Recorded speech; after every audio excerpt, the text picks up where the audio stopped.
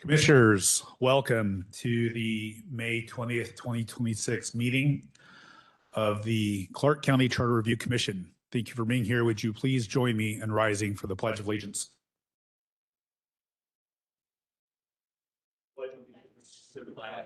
Of the United States of America and to the republic for which it stands, one nation, under God, indivisible, with liberty and justice.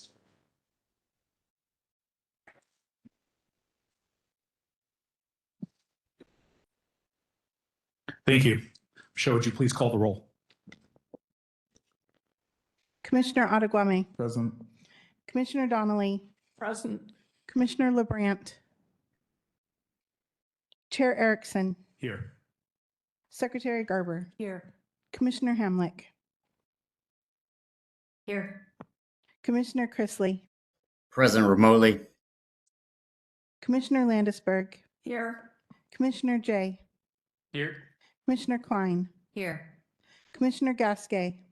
Here. Commissioner Holmgren. Here. Commissioner Benton. Vice Chair Haas. Here. And and Commissioner Silliman. Sorry. Here. And so we have 13 present. Thank you. 13 present. We do have a quorum. Commissioner Chrisley, please don't be afraid to raise your hand. Make sure that we see if you have a comment to make. We'll next move for approval of our agenda. We have one revision. County Councilor Will Fuentes has let us know today that he's unavailable, will not be addressing us today. We'll reschedule him for a future meeting. Are there any other proposed revisions to the agenda? Okay, seeing none, is there a motion to approve the amended agenda? Motion to approve the agenda, Commissioner Jay. Second. Klein. Commissioner Chrisley. Okay, it's been moved and seconded to approve the amended agenda as described. Are there any opposed? Seeing none, the amended agenda is approved. Thank you. We'll next move to open public comment. We don't have anybody signed up in the room, but we do have a couple hands raised online. Okay, thank you. Before we go to them, I will make this statement. The Clark County Charter Review Commission welcomes and encourages public comment. Public comment provides an opportunity for members of the community to share input with the Charter Review Commission. Comment should focus on issues relevant to the Commission's responsibilities. Each speaker will have up to 3 minutes. The microphone will be automatically turned off once the time limit is reached. The Commission will listen to comments but will not engage in discussion during the public comment period. During public comment, speakers are asked to keep remarks respectful and focused on Commission business. Remarks concerning private activities or beliefs of others, individual county employees or elected officials, or matters unrelated to the work of the Commission fall outside the purpose of public comment. Disruptive, uncivil, or defamatory conduct is not permitted. Thank you for taking the time to participate in this process. Michelle, could you let us know who's ready to go? Yes. Caller, you've been sent a request to unmute. Please go ahead and do so. State your name for the record and go ahead with your comment. My name is Bradley Branham. As to juxtaposition of 2608 and 2626, drawing on the state audited annual comprehensive financial reports for Clark and Pierce counties and the Clark County Financial Trends Monitoring Reports, all from 2019 and 2024, a preliminary review reveals several notable contrasts. Clark County's fiscal structure differs substantially from Pierce County's. Specifically, Clark County has a smaller and less diversified tax base, a greater dependence on cyclical and volatile sales tax revenues, a more variable funds balance, and a lower long-term reserve stability. These distinctions are central to evaluating the feasibility of embedding a supermajority taxation requirement in the county charter. Clark County already relies on its fund balance to stabilize operations during economic downturns. Under a supermajority requirement, the fund balance would become the primary tool for achieving budgetary equilibria. This would likely result in more frequent drawdowns, accelerated depletion of reserves, and an increased risk of falling below recommended reserve thresholds. While Pierce County's already experience illustrates this pattern, Clark County's comparatively smaller financial cushion provides even less capacity to absorb similar fiscal pressures. In its current form, 2026 constitutes an unfunded mandate. It is likely to produce one of the most significant fiscal shocks Clark County has experienced. According to the 2626 Study Committee, should consider incorporating language which establishes a financial framework capable of hedging against and absorbing the potential impact. A recent public comment, "Let's not be LA stupid," cautioned the Charter Review Commission against adopting the narrow assumption that public safety is synonymous solely with law enforcement. Extending that concern further, the Commission now appears to be presuming, without first consulting the voters, that the residents of Clark County believe the county's paramount duty is public safety. I propose the study committee for 2626 include language requiring a non-council manic levy lid lift, incorporating bank capacity up to the maximum permitted under RCW 84-55050, expressly dedicated to funding law enforcement. Because this statute authorizes approval by simple majority of voters, it would mitigate the volatility created by the supermajority requirement associated with councilmanic taxations for such a significant budget commitment. If public safety is to be treated as the county's paramount duty, then the people should be given the opportunity to vote on that question directly and with their dollars.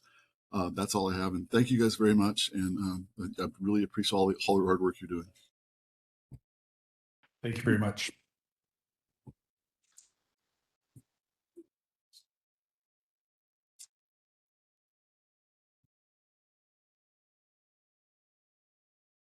Caller, you've been sent a request to unmute. Please go ahead and do so. State your name for the record and go ahead with your comment. Hello, my name is Deanna Catan. Thank you for letting me speak again today. My comment today is a more general one, but I will use 2626 as the main example. For the last couple of meetings, I have been disappointed by how this commission talks about people who serve our county and each other. The county manager is disparaged about her pay, staff is assumed to have no professional standards, and most recently, a commissioner disparaged his own colleagues in a public podcast. While this may reflect our current political climate, I find it disheartening. I have previously noted my appreciation for the dialogue exchange, and it gave me the impression that you are all here with the genuine goal of strengthening our community. But now I'm concerned that if you are not actually listening to each other and the speakers who present to you, the likelihood of real collaboration to actually improve our charter is low. That brings me to Amendment 2626.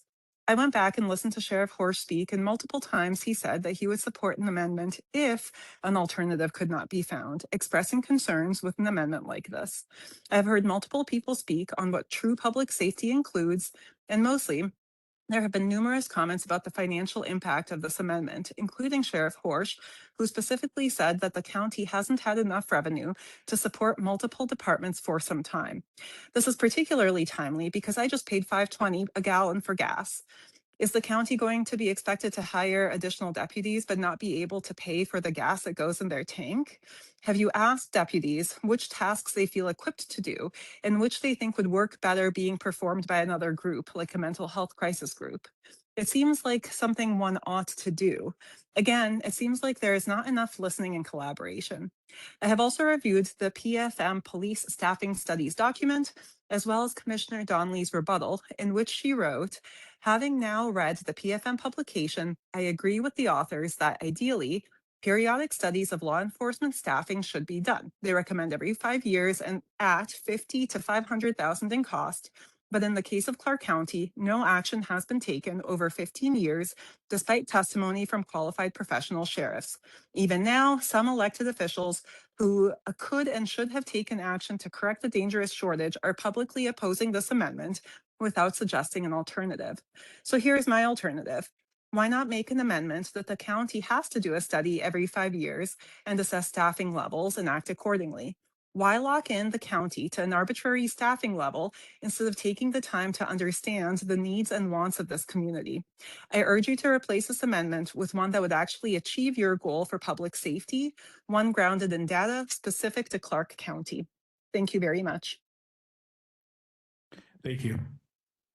We have one more caller, Chair. Caller, you've been sent a request to unmute. Please go ahead and do so. State your name for the record and go ahead with your comment.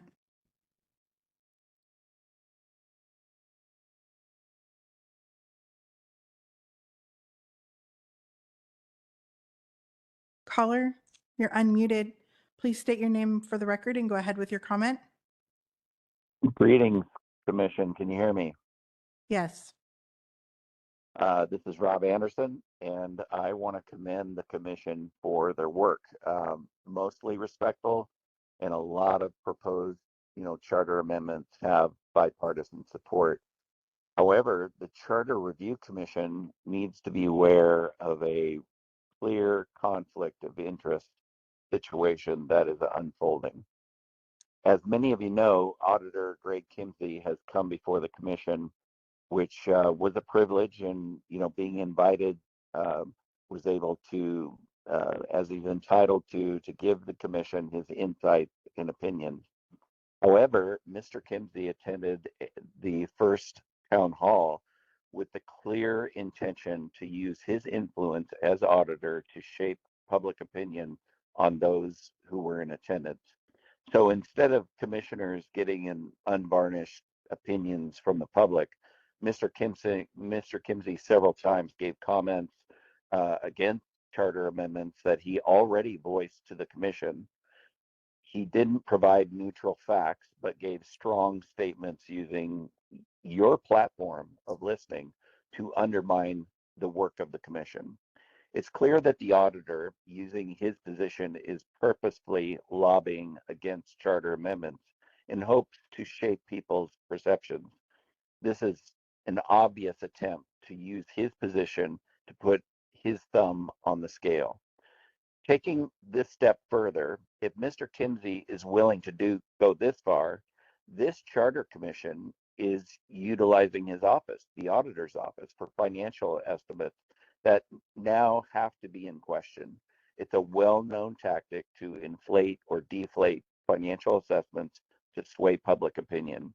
The commission can't look the other way on this. Mr. Kimsey's clear attempts to interfere with your important work.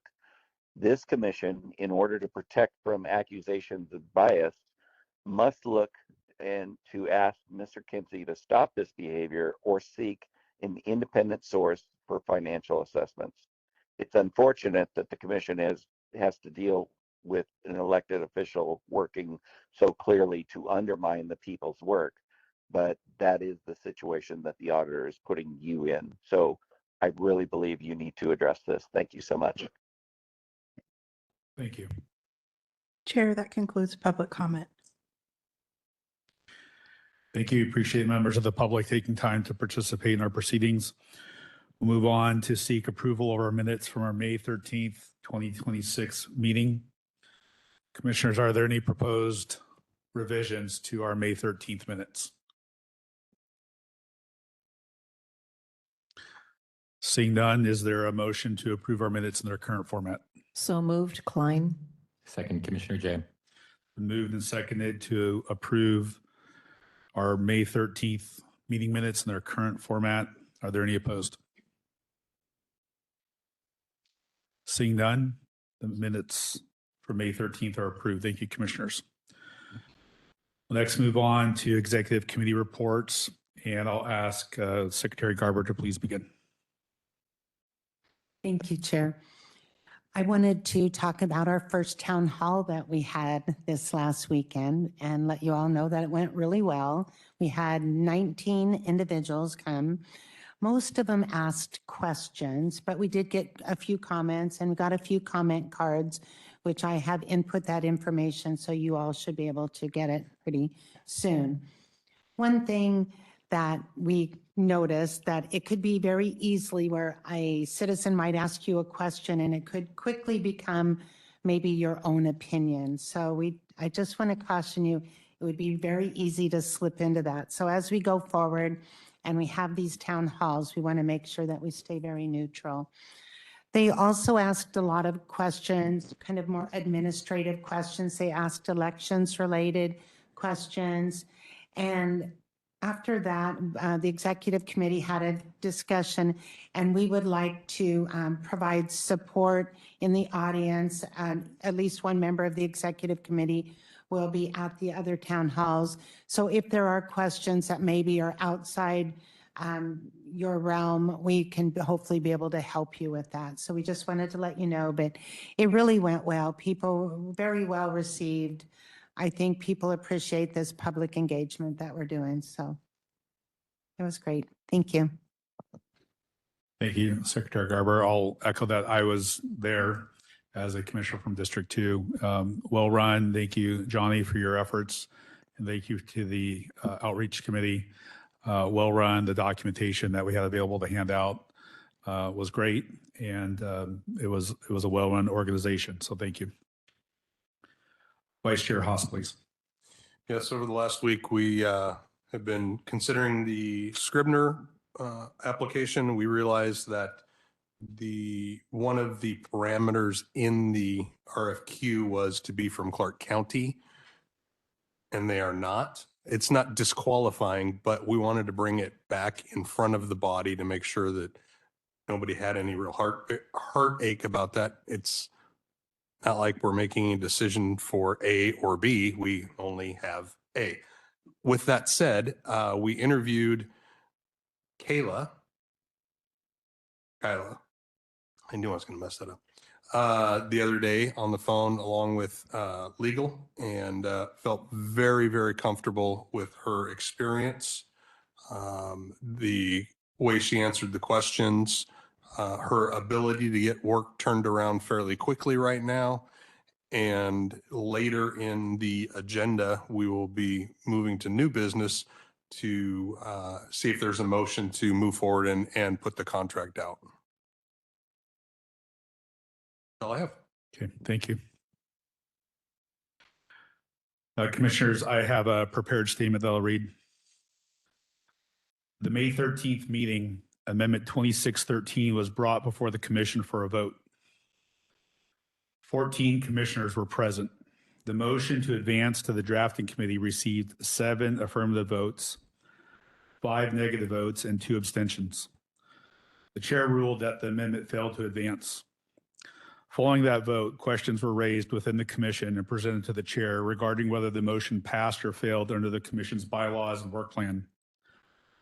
The executive committee reviewed this matter, and the chair saw additional guidance from the prosecuting attorney's office, including regarding the relationship between the bylaws, the work plan, and Robert's Rules of Order.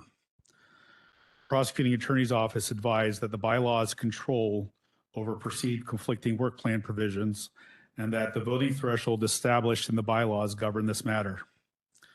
Section 14, item 3 of the bylaws states that the approval of any motion requires, quote, a simple majority of a quorum present at the meeting, unless otherwise specified in these bylaws, end quote.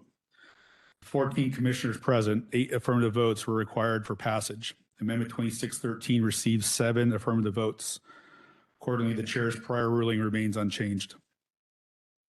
The work plan is referenced within the bylaws and has been followed by the commission as adopted by the body. However, the prosecuting attorney's office recently advised that the work plan was not formally adopted into the bylaws themselves, and that under current wording, conflicts perceived between the documents would be resolved in favor of the bylaws.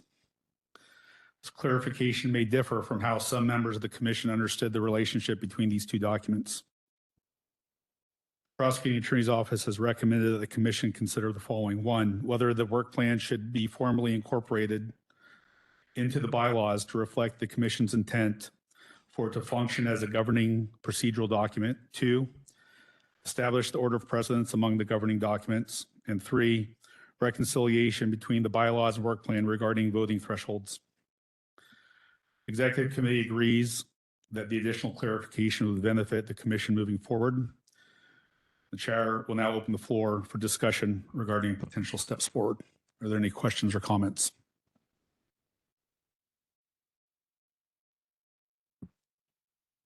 Commissioner Selwyn. Mr. Chair, if I could be allowed to elaborate on that just a little bit to clarify what the conflict is, because in our work plan, there's a description of the vote at the step we were in last week that says a majority vote will move the amendment to drafting. Majority vote is defined in Robert's rules as you count the cast votes, and out of the cast votes, yay or nay, you decide who the winner is. You don't count abstentions as yeses or nos. In the bylaws and the term used in there where it says it must be a majority of those present, under that rule for counting votes, all abstained votes count as no votes. So it's a different way to tally votes. It's a different voting standard. So that's why I believe that pursuant to what the chair says, we need to clarify which voting standard are we using for our procedures and make sure that they all agree and there's no conflict or lack of clarity into that. Thank you. I'll add one clarification. There's currently no ambiguity based on the input that the prosecuting attorney's office has given us, and the vote and the interpretation of the vote from last week is not in question. The question is going forward, do we want to add additional clarity to the relationship between the bylaws and the work plan? And the executive committee believes that would be appropriate. There's a couple of approaches that we could use. We could have that discussion in an open meeting like we did for the bylaws.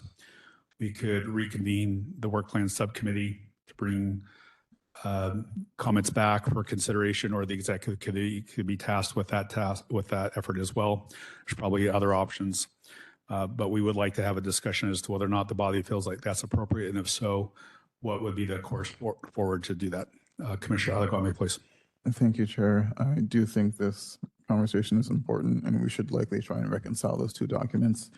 And so if we've been instructed that the bylaws would supersede our work plan if they're in conflict, then we should just move to take the language from the bylaws and incorporate it into the work plan. Would make the most sense to me, since that's already the framework that we're operating under.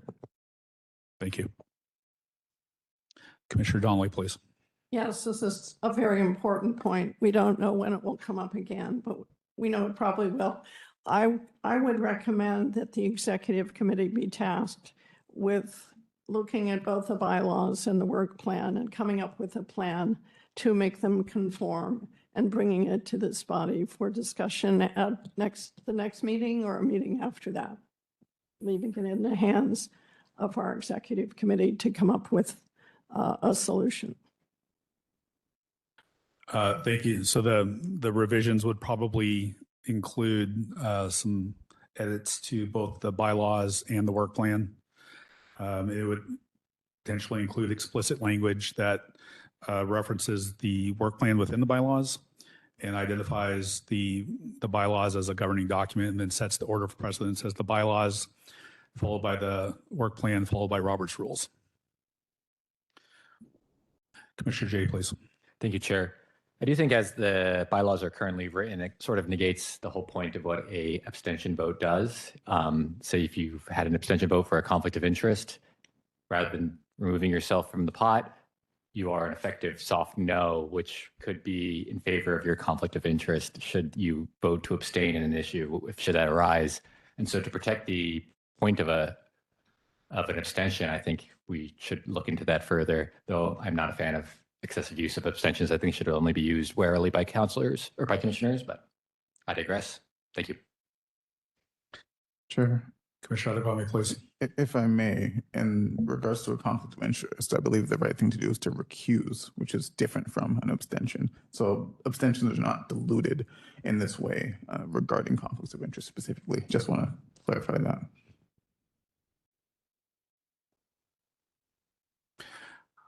Are there any other comments or questions? Commissioner Gasquet, please. I'm going to agree with this, putting the work plan, and we debated and discussed and came up with the 8-vote minimum for a reason, and that was to make sure that what we're moving forward is supported by a clear majority of the commission. It was a way for us to winnow things down, which is something we still need to do. So my vote would be to move it, to have the executive committee come up with whatever language needs to be added to the bylaws, and then, make the work plan supersede the bylaws in that vote in particular. I want to clarify what I think I heard. The prosecuting attorney's office has said that regardless, correct me if I'm wrong, Kevin, but regardless of whatever edits we come forward with, that the bylaws would still have a higher precedence over the work plan. The work plan would be brought into the bylaws. This would be an effort to reconcile any differences about just how does an abstention, how does a recusal get counted? Is it a majority of the quorum present? Is the majority of those who vote? Those kinds of details. But in all cases, the bylaws would still be the higher ranking document for the work plan. And Kevin, please. And the only exception to that would be if the commission incorporates into the bylaws an order of precedence section and specifically elects to give the work plan a higher order of precedence than the bylaws. That would have to be expressly stated within the bylaws, but in theory, that's an option. And I think that the recommendation we received is that that we would bring the bylaws would explicitly incorporate the work plan, but that order of precedence would be set as bylaws followed by work plan followed by Robert's rules. Commissioner Simmel, please. If the work plan as written now was adopted into the bylaws, they state at the step that was taken last week that a majority vote moves the amendment to the drafting committee. So that verbiage, would that be taken to mean majority vote as defined in Robert's rules, or majority vote pursuant to the majority of the members present, which is already stated in the bylaws, or do we need to clarify that? Well, these are the kinds of clarifications that we've been advised to consider, but under the scenario that you just described, I believe it would default to the way we've just described, that it would default to a majority of the quorum present, because that is what is currently in the bylaws.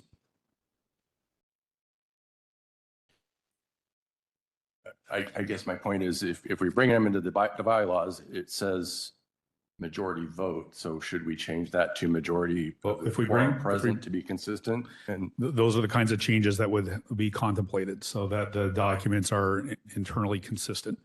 Yeah. So it's not just a matter of the bylaws acknowledging the work plan formally, but by bringing it in, there'd be internal inconsistencies made.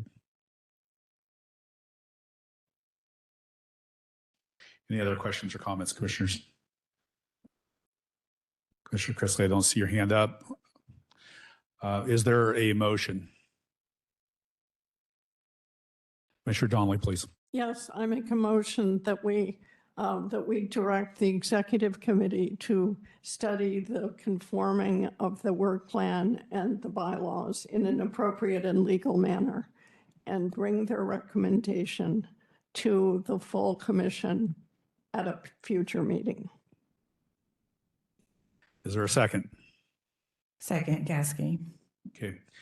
It's been moved and seconded that the executive committee review, I'm rephrasing your motion, Commissioner Donnelly, you could double check that I've done this accurately, review the bylaws and the work plan to identify appropriate revisions based on the recommendations of the prosecuting attorney and bring those recommendations back to the body for review and consideration. Is that an accurate summary?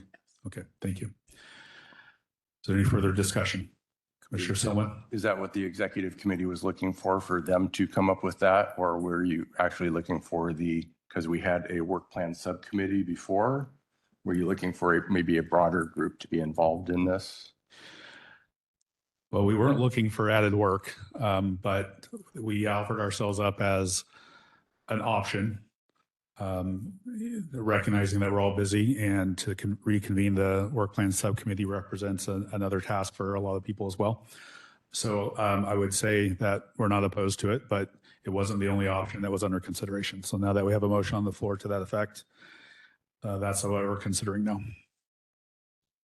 Any other further discussion? Commissioner Adequame, please. Sorry, I do think Commissioner Jay was first. Commissioner Jay, please. Yeah, I had a similar question. Thank you, Chair. Thank you, Chair, or Commissioner Adequame as well. I had a similar concern to Peter's regarding the work plan subcommittee, though I do think, given that this is a larger scope, since it includes the bylaws, that it's almost probably best to leave with the executive committee. So I'll be supporting the motion. Commissioner Adequame. Thank you, Chair. I do think this is something that if we were to rewind the clock and we were talking about this, many moons ago, that we would probably want to kick this to the work plan subcommittee. But given that we're pretty far into the process, and I think not all the members of the work plan subcommittee are even in this meeting today here. I'm in favor of the executive committee taking on this task. Thank you. Commissioner Landisberg, please. I support sending it to the executive committee because I think when you had work plan meetings, didn't you have to give the notice so that it would take even longer for us to resolve this issue?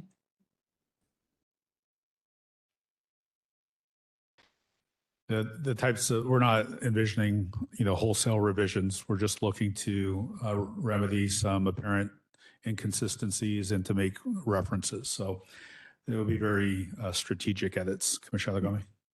Sorry, just one more comment.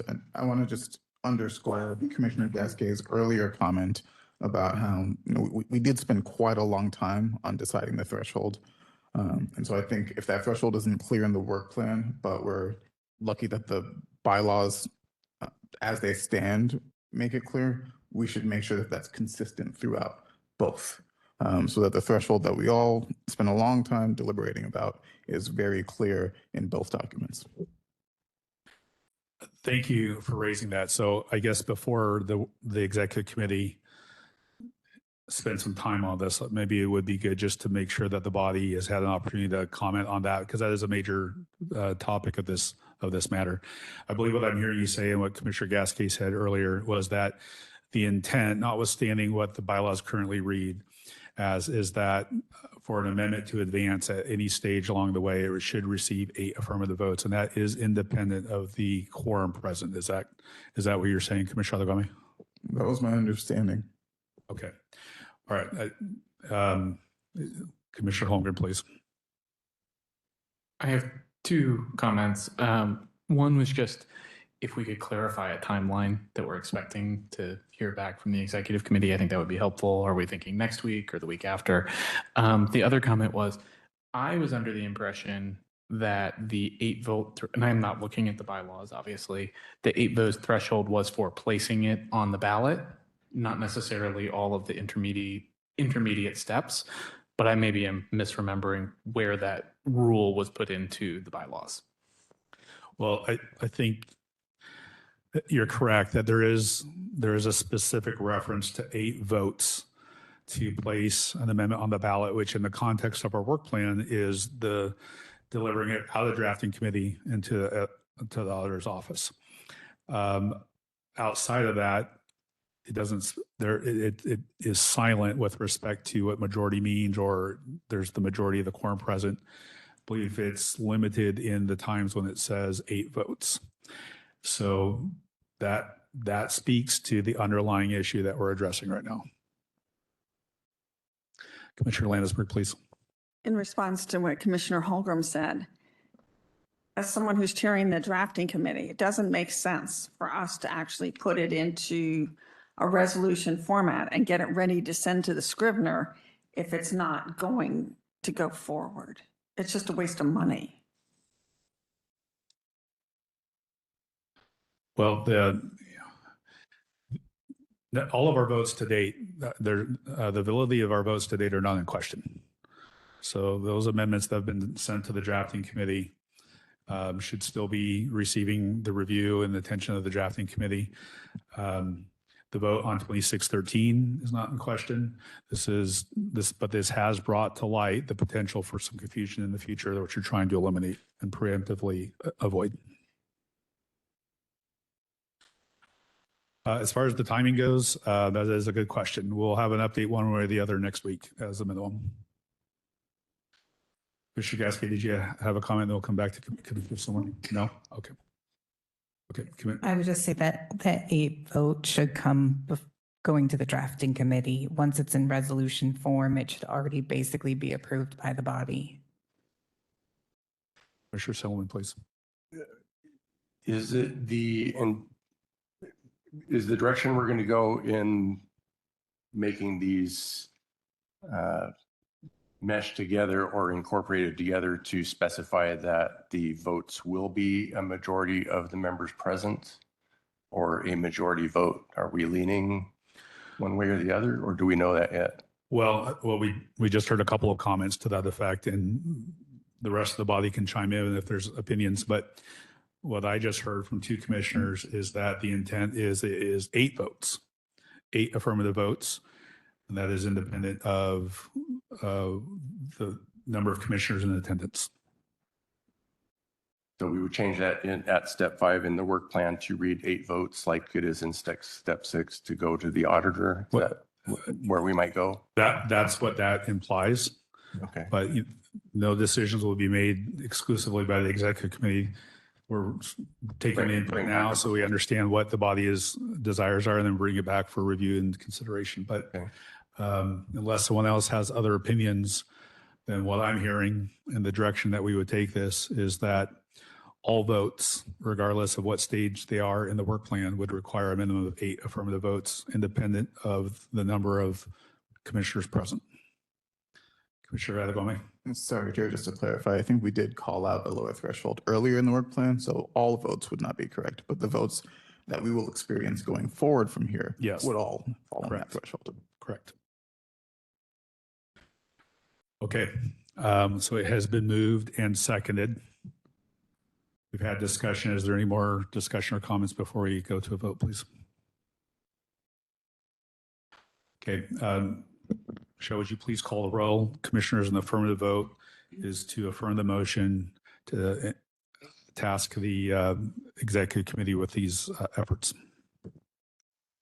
Sure, Adegwame. Sorry, Chair, just if I can offer an amendment to the motion on the floor before we vote on it, given that we've heard a general feedback to align the work plan and the bylaws to that 8-vote threshold, I would seek to amend the motion to include that requirement for the executive committee.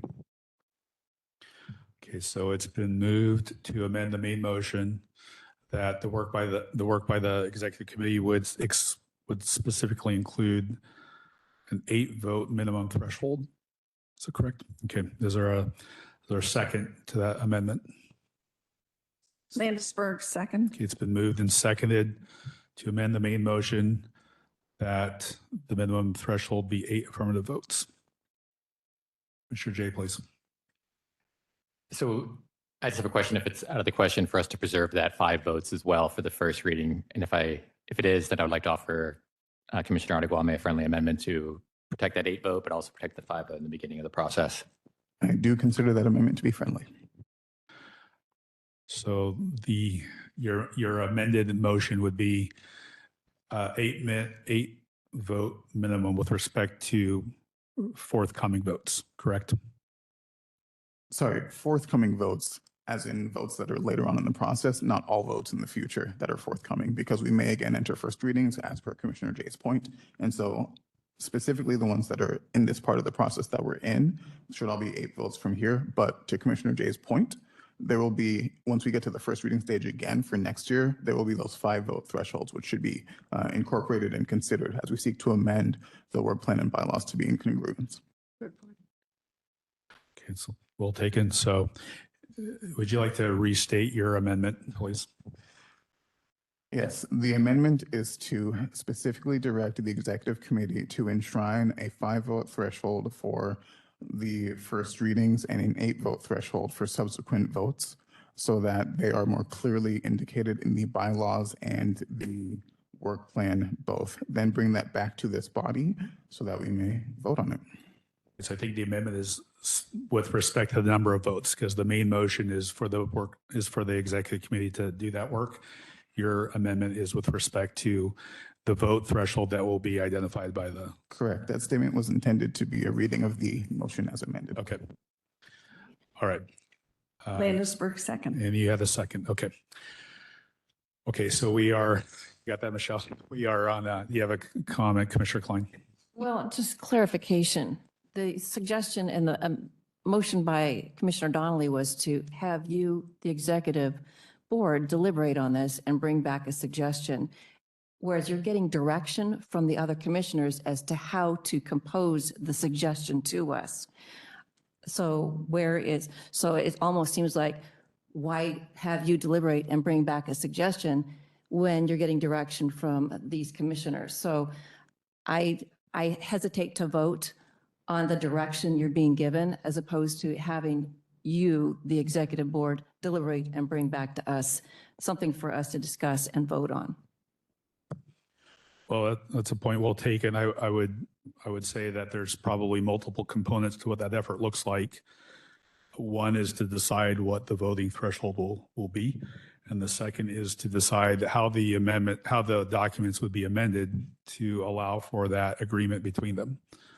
So by specifying a numerical quantity by itself is only a part of the total effort that I think the executive committee is being tasked with. But if there's objection to that number, then at this point, the recourse would be to vote against the amendment. Commissioner Adegwami. Thank you, Chair. I just want to say that I'm in agreement with the statement, and that was what I intended to say, is just that we're just specifying what that threshold is. The work to actually reconcile those documents still rests with the executive committee.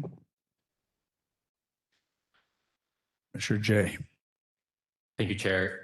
I think that the goal here with the motion to the motion is more so to protect, not to prevent the executive committees from being able to deliberate, but to protect the deliberations that we had originally when we developed the bylaws and the work plan.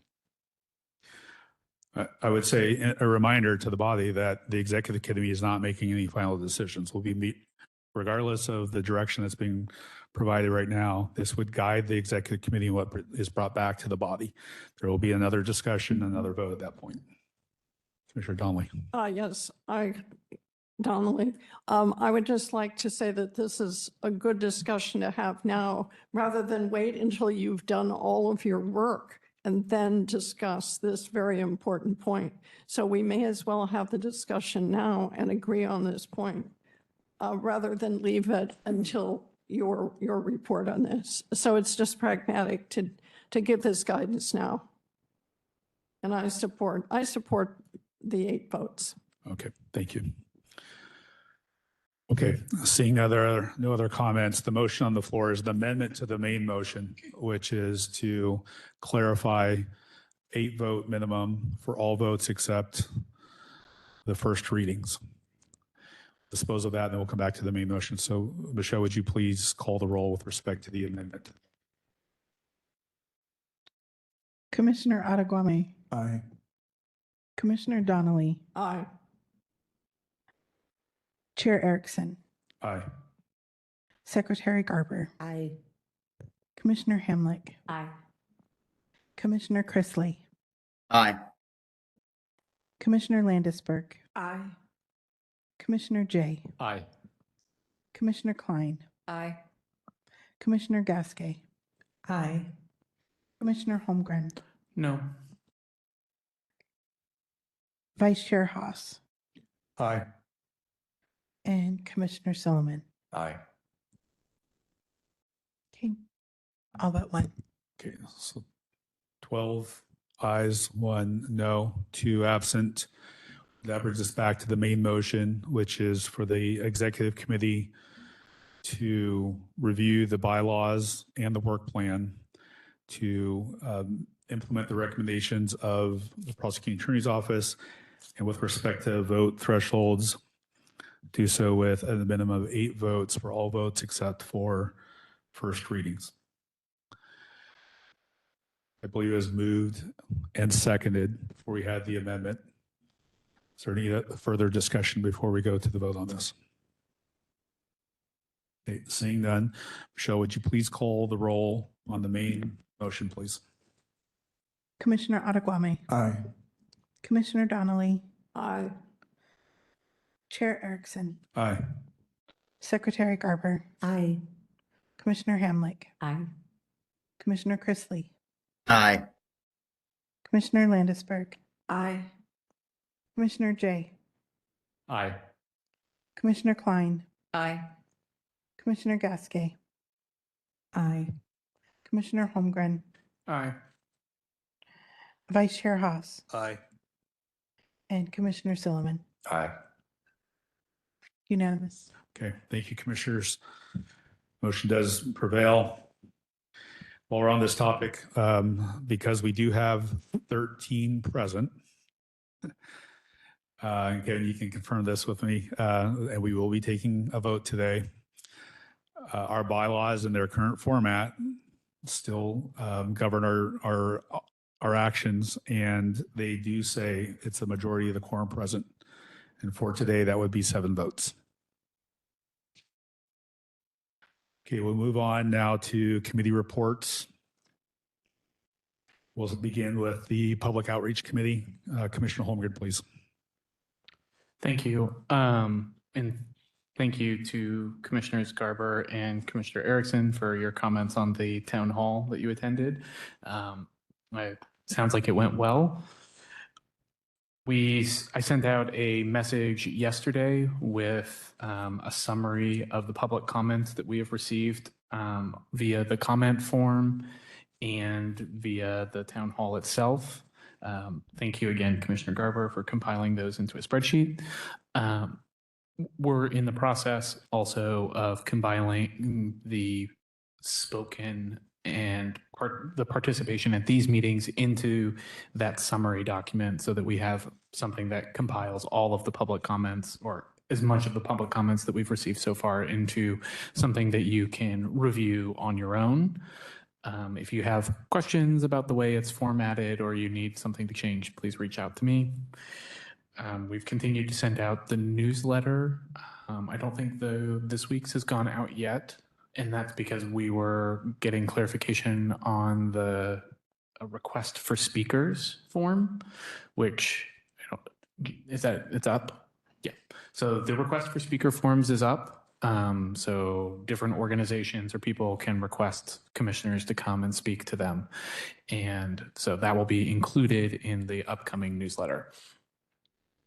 I think there's a town hall on Saturday. Thank you to the commissioners from District 1 for participating. And they will also be, this one will be recorded by CCTV. And so it will be available online on YouTube. And is it going to be streamed? Is that correct? Yeah, it'll be on YouTube. Okay. I think that's everything. Thank you. I've asked Secretary Garber to make a comment in hindsight based on the lessons learned from the first town hall. So one of the things that we did at the town hall is we took notes on the comments. There is a section in the binder, excuse me, that has note taking. So please make sure you take your notes, because that is where we're going to pull that information from. I did have one other question for you, Commissioner Holmgren. Do we have, I know we've had a couple social media posts regarding individual proposed amendments. Are you getting more information on those social media templates from the rest of the commissioners?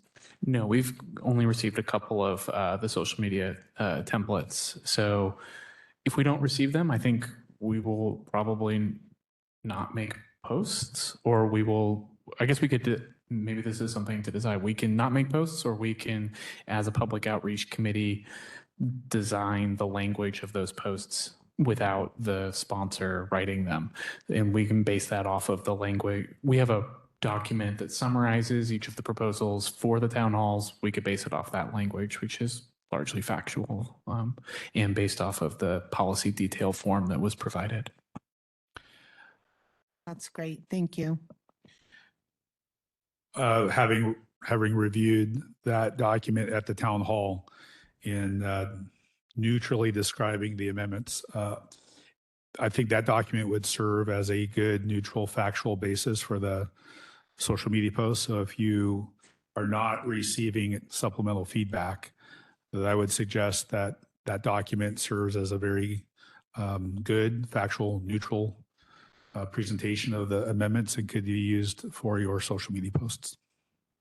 Commissioner Klein, please. I should probably know this answer, Chair, but is there a place on the website where the newsletters that are being sent out can be seen, can be viewed? Okay, I'll go sniff around. Thank you. And you should be receiving it in your inbox too, I think. I think we're all on the list. I'm locked out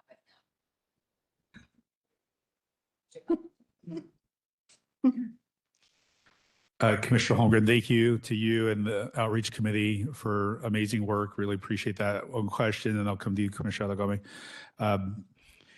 Regarding the request for speakers, could that be a social media post?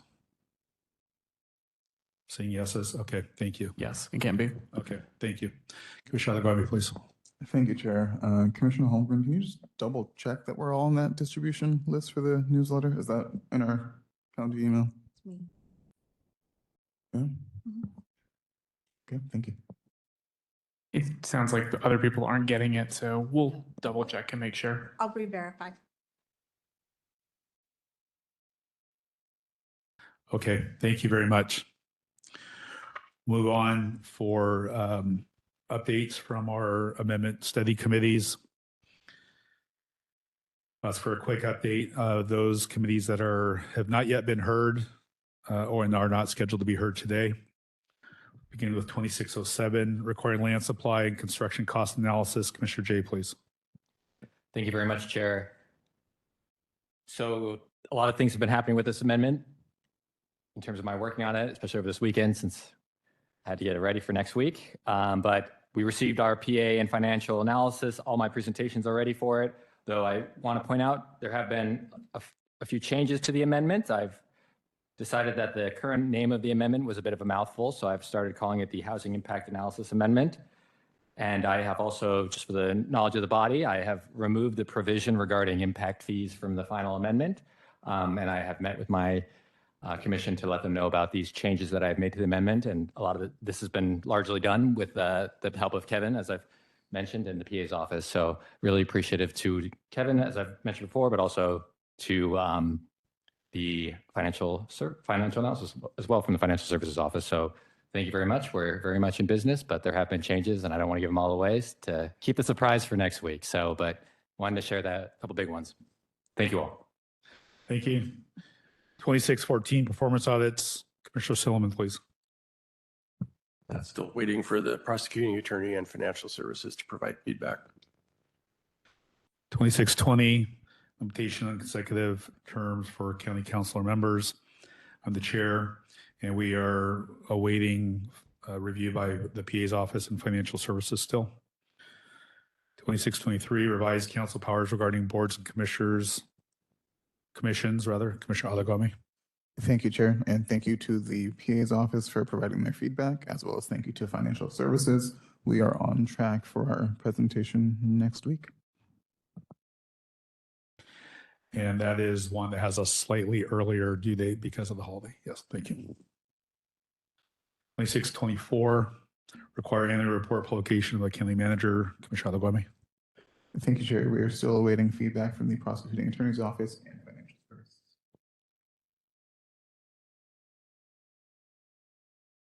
2632, whistleblower protections for county employees. Commissioner Adegwami.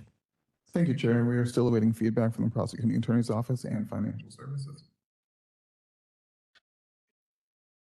Thank you. And 2637, County Council Investigative Authority, Commissioner Silliman. That again is still waiting for the prosecuting attorney and financial services to provide feedback. Thank you. Okay, thank you. And we will now come back to 2626. Commissioner Donnelly, please. Yes, thank you, Chair. Today I sent out, and thank you very much, Michelle, for doing that, the preliminary draft of what will eventually be our committee report to all of you. So you will see where we are and you can be up to date on our current progress, because we've made a great deal of progress. But there is one component that we don't have yet, and it's not due to our lack of trying and asking, and that is, of course, the cost element. And we need to have that, and we're working cooperatively with financial services. And financial services is working cooperatively with the auditor's office and with the sheriff's office. And they have had to rerun some numbers due to just differences of opinion, which can often happen. So they're rerunning numbers. They've said that they will get the cost to us on May 29th, probably at the earliest. So what I would like to ask now is to defer our committee report until June 17th. And I would like to make a motion for you guys to rule on, to allow us that extra time to make sure that we understand the costs that we will be getting from financial services and have a chance to incorporate that into our report. Second, Klein.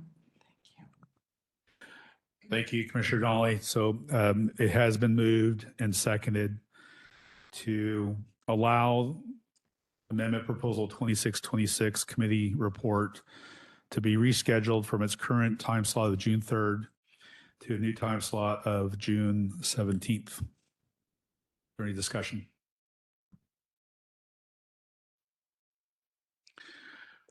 Okay, I will add my own comment. I've had several conversations as recently as today with both the Auditor's Office and the Sheriff's Office on this matter. And I understand that they also support this and believe that this is a wise move to make sure that the committee has accurate information. And I appreciate the cooperation between the committee, the Auditor's Office, Financial Services, and the Sheriff's Office to make sure that accurate, reliable information is before this body before we take a vote. So I'd be in support of this as well. If there are no other comments, then we will move to a vote. Michelle, if you please call the roll. And the motion on the floor is to allow committee, the 2626 committee presentation to be rescheduled to June 17th. Commissioner Ottaguame, Abstain. Commissioner Donnelly, Aye. Chair Erickson, Aye. Secretary Garber, Aye. Commissioner Hamlick, Aye. Commissioner Chrisley, Aye. Commissioner Landesberg, Aye. Commissioner Jay, Aye. Commissioner Klein, Aye. Commissioner Gasquet, Aye. Commissioner Holmgren, Aye. Vice Chair Haas, Aye. and Commissioner Silliman. Aye. 12 to 1. 12 ayes, 1 abstention, 2 absent. The motion carries. So the presentation for Amendment 2626 will be rescheduled to June 17th. Thank you, Commissioners. We'll next move to get an update from the drafting committee, please. Commissioner Landesberg. So we all worked collaboratively and came up, we have 4 amendments. They're all in the format, ready to go to the Scrivener. So we agreed on which things would be bolded and which whatever. So we're ready to go. Thank you. The questions or comments for the drafting committee? Commissioner Klein, please. So this is exciting news. Thank you, Commissioner Landesberg. So we have 4 ready to go. Are there any in the queue waiting, or that's just where we are? We're caught up. We're caught up because last week we didn't pass it. Brilliant. Thank you. Commissioner Ottaguame, please. Thank you, Chair. I do believe there was one person who received an email from us who did not reply to say that our findings were consistent, if I recall correctly. And the other members of the drafting committee can correct me if I'm wrong, but I feel like we had one. I couldn't quite hear what you said. Could you repeat what you said, please? Yes, thank you. Sorry, I'll try and talk closer into the microphone. I thought we had one commissioner who did not reply to say that their amendment, as we had put it forth in drafting, was consistent. So I think we're missing one response from the 4 that we sent out.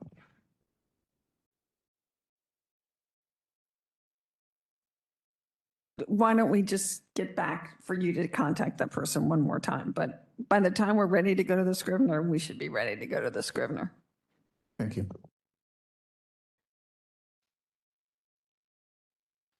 Okay. Thank you for asking that question, Commissioner Ottaguame. Okay. Are there any other questions or comments for the drafting committee? So when we get the 4 that are ready, we're going to work with Michelle to see if we can't create a folder so that they'll all be there. And that way, or we can just share the 4 also with the people in the group so you can see a little better examples. There's 4, so it might help you finally do your resolution. Thank you. Commissioners, that ends our committee reports. I'd like to entertain a motion for a short break. So moved, Landisberg. Second, Klein. Okay. Seeing no opposition, we will take a short break and come back at 6:07.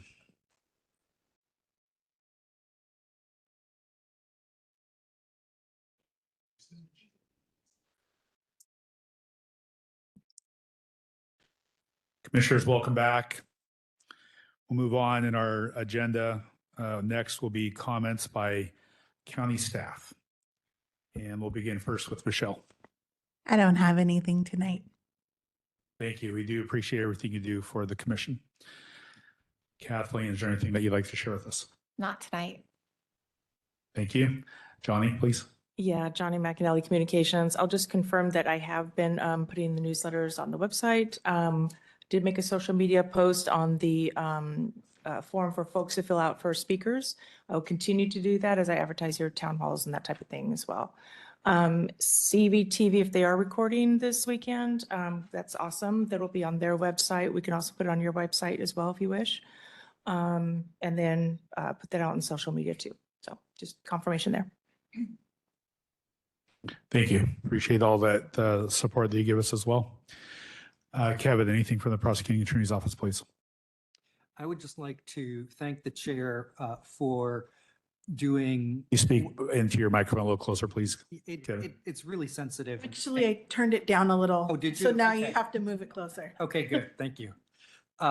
So I would just like to take a moment to thank the chair for what I consider to be an exceptionally accurate recitation of the issues relating to the work plan and bylaws and everything that was discussed earlier. So that was really helpful. I didn't have to say too much myself, so appreciate that. Thank you. We appreciate all the support that that is received by the Charter Review Commission. Commissioners, we have no old business. And we will next move on to our new business. The first item is Scrivener update. Vice Chair Haas has already given us a brief overview. And as he mentioned, the executive committee, along with the prosecuting attorney's office, did hold a Teams meeting with Kyla, the owner of the legal firm that responded to our RFQ. I would summarize that as a very positive interaction. We were impressed by her qualifications, her demeanor, her willingness to work with us, her understanding and background and qualifications. We found that the only thing that she didn't qualify with respect to the RFQ is her residency is not within Clark County. We do not see that as a reason to preclude her from providing these services. And so it is the recommendation of the executive committee with the consent of the prosecuting attorney's office that this body move forward with the approval of the contract for the Scrivener services. Is there any discussion or comment? Commissioner Donnelly, please. Your microphone. Oh, I would move that we accept this proposal, that we accept the proposal as proposed. I second it, Chris Lee. Got in there. Okay, it's been moved and seconded that the body move forward with engaging the Scrivener. Any discussion? Commissioner Adegami, please. I'm sorry, Chair, I just had discussion and questions and comments for the portion where you said any comments or questions prior to this motion being made. So I wasn't sure if you were going to entertain that motion and let us make our comments, or if you wanted us to comment just on the motion that's now on the floor. That is, there is a motion on the floor, and you're welcome to make a comment, whether it's in direct relation to the motion or not. Thank you. I appreciate the grace, Chair. Just wanted to say that I wanted to thank Vice Chair Haas for heading up this effort on behalf of the commission, and thank you for sending out the materials earlier so we could review the proposal. I had one point of clarification or ask regarding whether or not the commission as a body felt comfortable with the limit that's in there. I think it was the $10,000, given that we'd had that discussion previously about how our budget is a one-time disbursement, right? That $20,000, but we could go back to council to ask for more if need be. So that was the only thing that I saw in there. I'm generally inclined to support the motion that's currently on the floor now that there is one, but just wanted to A, give that thanks to Vice Chair Haas and staff for working through that process, and B, just kind of lob that question about whether or not that sounded like the right limit as proposed. Thank you. I'll have a quick comment, and we'll go to Commissioner Klein and then Secretary Garber. We did have a discussion in this meeting about cost, and we did describe our process. We made it clear that the drafting committee is doing very good work, and that the work product that is delivered to the Scrivener may not require a lot of time, may not require a lot of effort. And we discussed protocols for interim financial updates along the way, so we can be monitoring the billing progress. There won't be any surprises. And we do believe that there was an agreement and understanding it would be written into the contract as well, that there would be protocols around the communication of the accumulated billings so that we can monitor that. Commissioner Klein, please. Thank you, Chair. Just curious, with respect to her experience, has she provided or has her firm provided Scrivener services to a commission such as ours before? I don't have it in front of me. The precise answer off the top of my head is no, although the number of attorneys out there who could say that are probably very, very few. But her professional background is very well suited, in our opinion, to what we're asking. She has a lot of public entity and municipality and county government support experience. Secretary Garber, please. Thank you. Well, I think that I'm in agreement. I think that we should accept this motion and have a contract with her. I think the limitation of her being in Poulsbo, it will not be a concern. She talked about having, a secure server or however we wanted to do that to work with her. She also is willing to meet with us in the drafting committee remotely. I did discuss tell her what time our meeting was this upcoming Friday, and so she would need an invitation. But then she could meet the folks that she's working with and answer any questions the drafting committee may have. Thank you.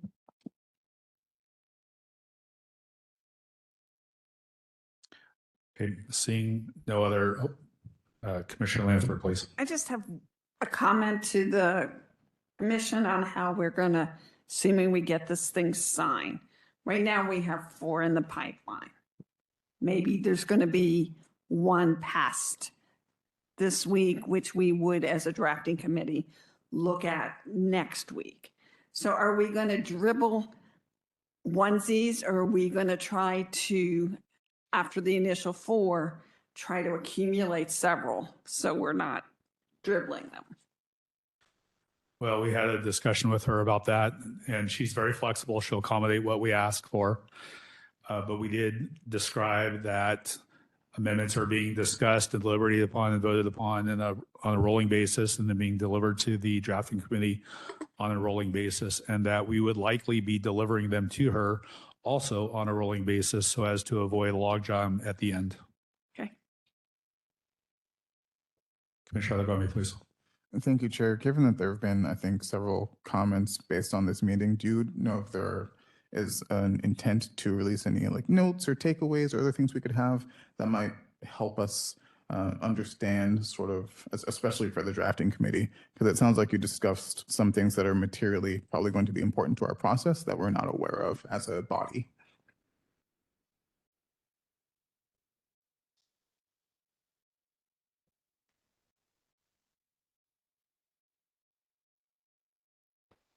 Thank you. I think when we meet with her in our first meeting for the drafting committee, we could talk about her scope of work, but it really has been no different than the RFQ that we already provided. In fact, I was creating a separate scope of work, and I found out that the scope of work is fine within the RFQ. So, but she'll discuss all of that with us, so we're all aware of anything. But the process was really straightforward. She's flexible, can turn something around in 4 or 5 days. If we want to do it rolling, or if we want to give them individual, however we want to do it. But she's willing to discuss that with us all. Commissioner Gomez, thank you for that question. I would a clarification that in our discussions with her, they were presented in an effort to help us form an opinion as to whether or not we wanted to come back to this body with a recommendation. But it was agreed upon that one of the first meetings that would occur if she were to be under contract is for her to actually meet with the drafting committee to set up those protocols and understandings. So the executive committee isn't necessarily an intermediary where we were making commitments or establishing expectations that the drafting committee is then unaware of. You'll have the opportunity to establish those protocols directly with her. Secretary Garber. And as you said that, I realized that we need to wait until we actually have a contract with her to discuss that with the drafting committee. And the contract will hopefully be signed next week. So maybe we can invite her to next week's drafting committee meeting. Commissioner Landsberg. I think it might, for speaking for myself on the drafting committee, I think it might be more helpful for her to review the 4 that we have ready, or at least 1 or 2, and give us some feedback back before we meet with her. Because, I mean, she's charging us by the hour. I'm trying to be mindful, and I'm not sure what she can say to us until she actually reads it. Some of those are simpler than others. And I think when we get to the more complicated ones, that's when I'd rather have a discussion with her. Vice Chair Haas, please. I'd like to make a motion that we accept the Kyla's South Sound as the Scribner. That motion's already on the floor. I think the motion's on the floor. So I like to call it. yeah, I think you're calling the question. So I don't see any other debate or discussion. So Commissioners, the motion on the floor that has been seconded is to approve moving forward with a contract with Scribner Services with Kyla, the owner of the Scribner Services that responded to our RFQ. Michelle, would you please call the roll? Commissioner Ottaguame. Aye. Commissioner Donnelly. Aye. Chair Erickson. Aye. Secretary Garber. Aye. Commissioner Hamlick. Aye. Commissioner Chrisley. Aye. Commissioner Landesberg. Aye. Commissioner Jay. Aye. Commissioner Klein. Aye. Commissioner Gasquet. Aye. Commissioner Holmgren. Aye. Vice Chair Haas. Aye. And Commissioner Silliman. Yes. Unanimous. Okay, thank you, Commissioners. Motion passes, and we'll move forward with engaging those Scribner Services. Commissioner Ottaguame, please. Thank you, Chair. I do still think it would be helpful if we could get any sort of like notes, takeaways, anything from that meeting that you did have. Yes, thank you. Commissioners, our next item of business under new business is item B, Study Committee Debate Protocol. Commissioners, a request was presented to the Executive Committee to have a slight revision in the way in which we conduct our study committee debates. As you may recall, we have 30 minutes for study committee presentations. The sponsor makes the presentation, would then open up the floor to debate. We've been alternating between pro and con.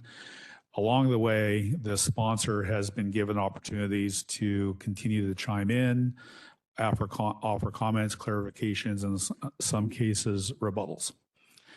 The suggestion request that has been presented to the Executive Committee is to alter that process by allowing debate to occur amongst the members of the Commission and asking the presenter to defer follow-up comments until the end of that 30-minute block or until there are no other comments by commissioners. In discussing this with the Prosecuting Attorney's Office, this does appear to fall within the purview of the Executive Committee and the Chair to make this change. However, because we have already had some debates under the old protocol, and this would be a change, we want to bring this to the body for consideration. Are there any questions or comments on this? Secretary Garber, please. So what about when a fellow commissioner has a question? This would not interfere with being able to respond to questions, correct? Well,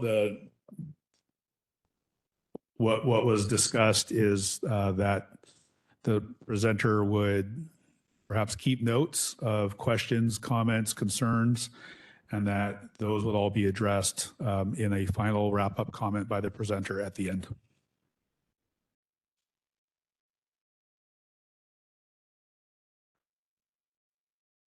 Commissioner Adequame, please.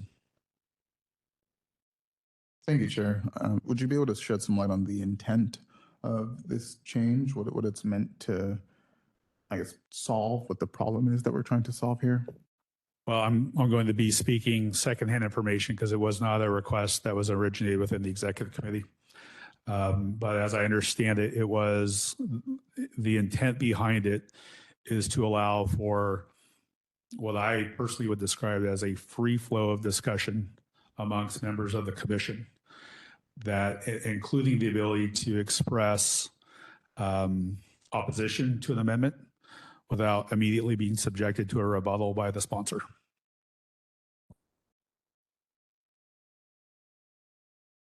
Commissioner Donnelly. I at first did not object to this, but I now realize when the question was brought up about specific questions being asked, to ask the speaker, the committee chair, to be scribbling down all the notes of things that were asked, I think that goes too far. And I believe the way that we've been doing it has been working extremely well. Thank you. Are there any other questions or comments? Commissioner Adequame. Thank you, Commissioner Landsberg. I agree with Commissioner Donnelly. I think there hasn't been a problem with how we've been presenting it, and we've been getting information, and sometimes it leads to more questions or more discussion. Commissioner Adequame.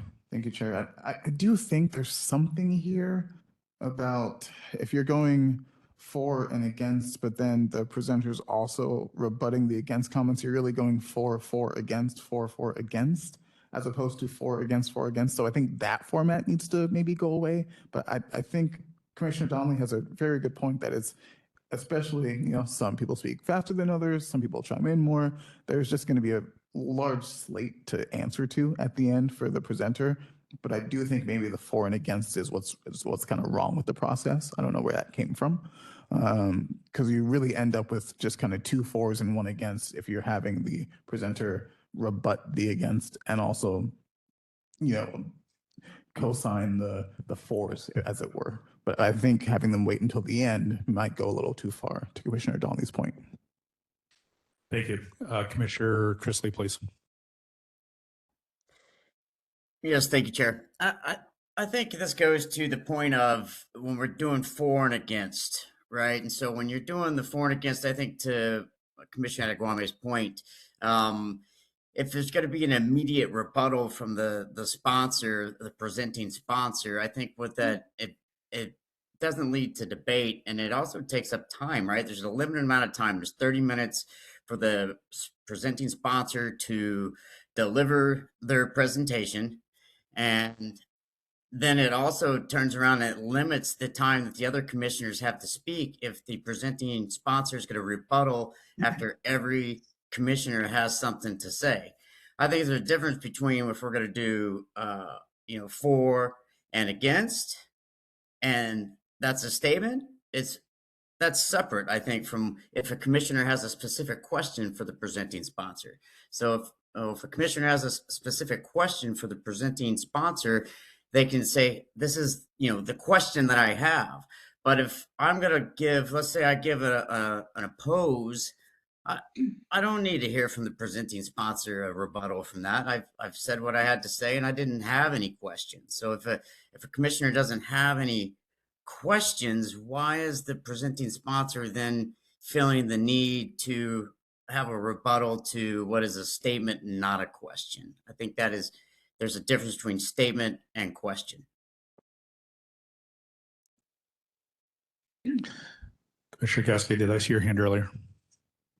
I'm just going to reiterate what everyone else is saying. I think, yeah, let the sponsor answer questions, but keep the debate for and against, or get rid of the for and against, like balancing, but, or count the sponsor's rebuttal as a for. But otherwise, yeah, the making us try to keep track of all the questions would be difficult. Okay, thank you. Commissioner Sullivan, then we'll go to Commissioner Jay. I think as Commissioner Adewami brought up, I think I'm more in favor of eliminating the pro and against order to the debate. Of course, the sponsor of any amendment is going to be the advocate for it. I think the most important thing is that we just get around the room and let everybody that has a comment that they want to make, whether it's pro or against, gets to make that comment. And I don't think it needs to go back and forth. Perhaps we could encourage them to limit their rebuttal to 30 seconds to preserve time for more comments. Commissioner Jay, please. Yes, thank you, Chair. And I'm in agreement with a lot of the points that have been brought up in regards to potentially eliminating the for and against, even going that far, as I do think there is value in having a presenter respond, though, even, albeit shortly, potentially 30 seconds, potentially somebody could, and opposed to an amendment could potentially say something that's misinformed or could be corrected. And I think that's an opportunity for the presenter to correct the record and defend the amendment. But I do see the problem, some issues with trying to balance that out effectively. So I think if we just eliminate for and against and just let any commissioner speak, and if the chair thinks that not enough opponents have spoken, I think that we use our judgment to encourage other people to speak as well then. Okay, in trying to synthesize the comments, if we were to get rid of the for and against, allow the sponsor to respond to direct questions, that might be the best summary of, I think, of the various comments. And that there wouldn't necessarily be explicit rebuttals, but there would be an opportunity if a direct question is posed to the sponsor. Is there a motion that a member of the commission would like to bring forward? Commissioner Adewami, please.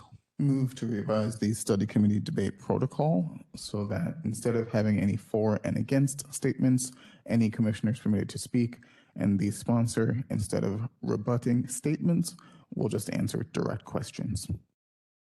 Second, Haas. Okay, it's been moved and seconded to amend the study committee debate protocols in the way that Commissioner Adewami just described.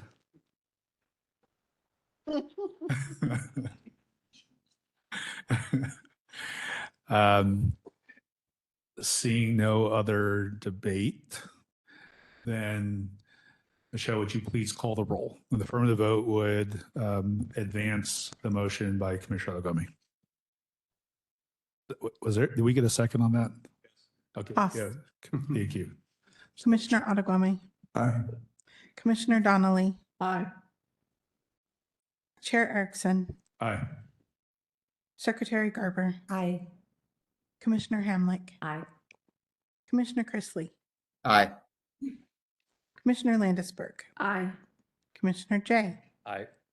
Commissioner Klein. Aye. Commissioner Gasquet. Aye.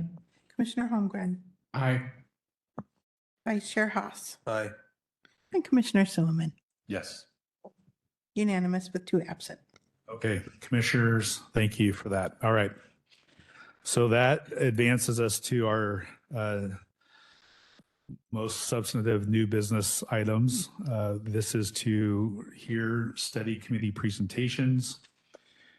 We will first hear a presentation on amendment proposal 2640, amending the initiative, mini initiative, and referendum process.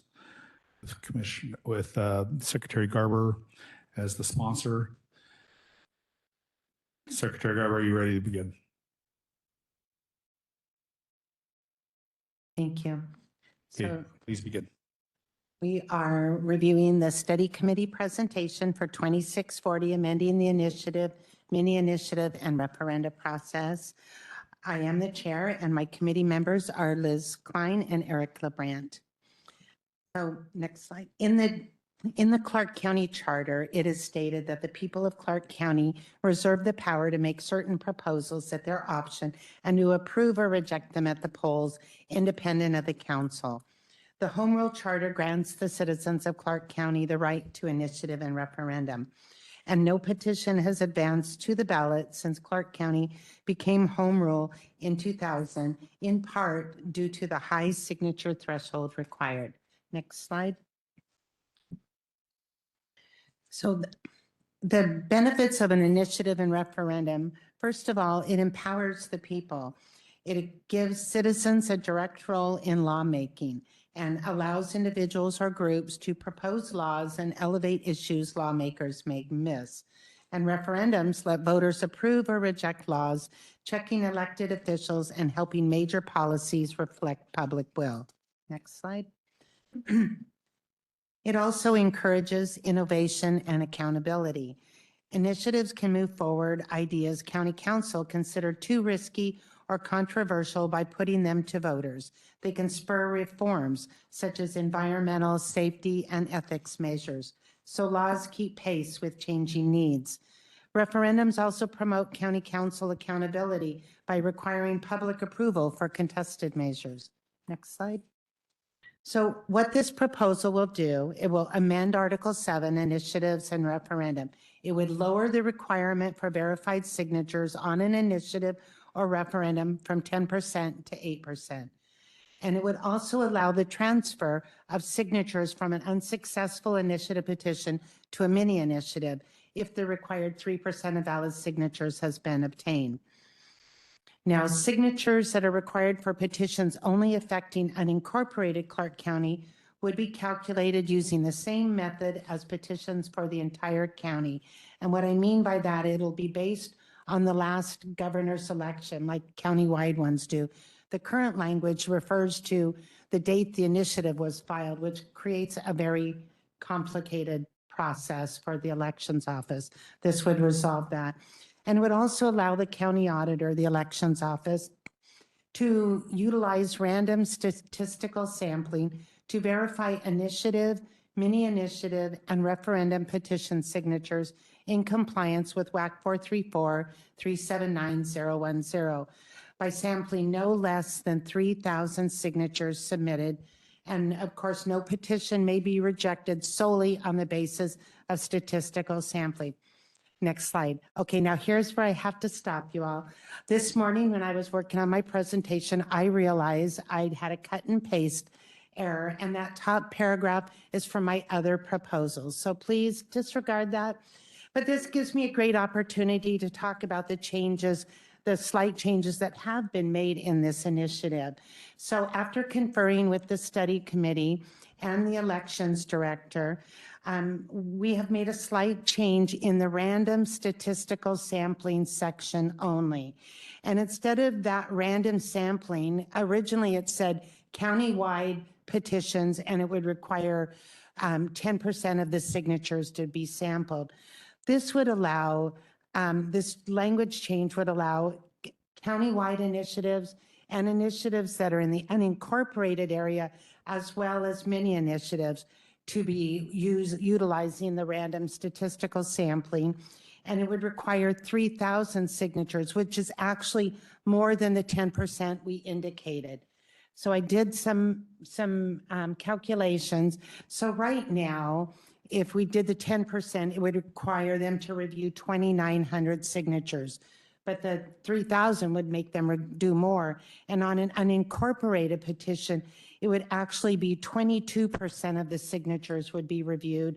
And with a mini initiative, 28%. So it's much higher than the 3% threshold the Washington Administrative Code requires, and actually creates a greater degree of certainty with the signatures and is legally permissible. But I wanted to make you aware of that change that we are doing. As in all study committees, you know, these amendments evolve a bit, and this was an evolution for this one. Next slide. You've seen this slide before. It was on my first presentation for this initiative, for this proposal. And you can see the different counties. And you can see that we are kind of right in between the higher percentage and the lower percentage, which shows it's really just a small incremental change. The one thing I wanted to point out is the initiative to mini initiative capability. Very few counties allow that currently. And I do believe if we pass this would be something other counties would probably offer.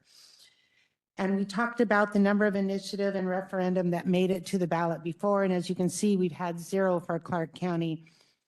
And the only thing I can really think of is, initiatives with really broad support can withstand that higher threshold. I mean, people will still sign that petition.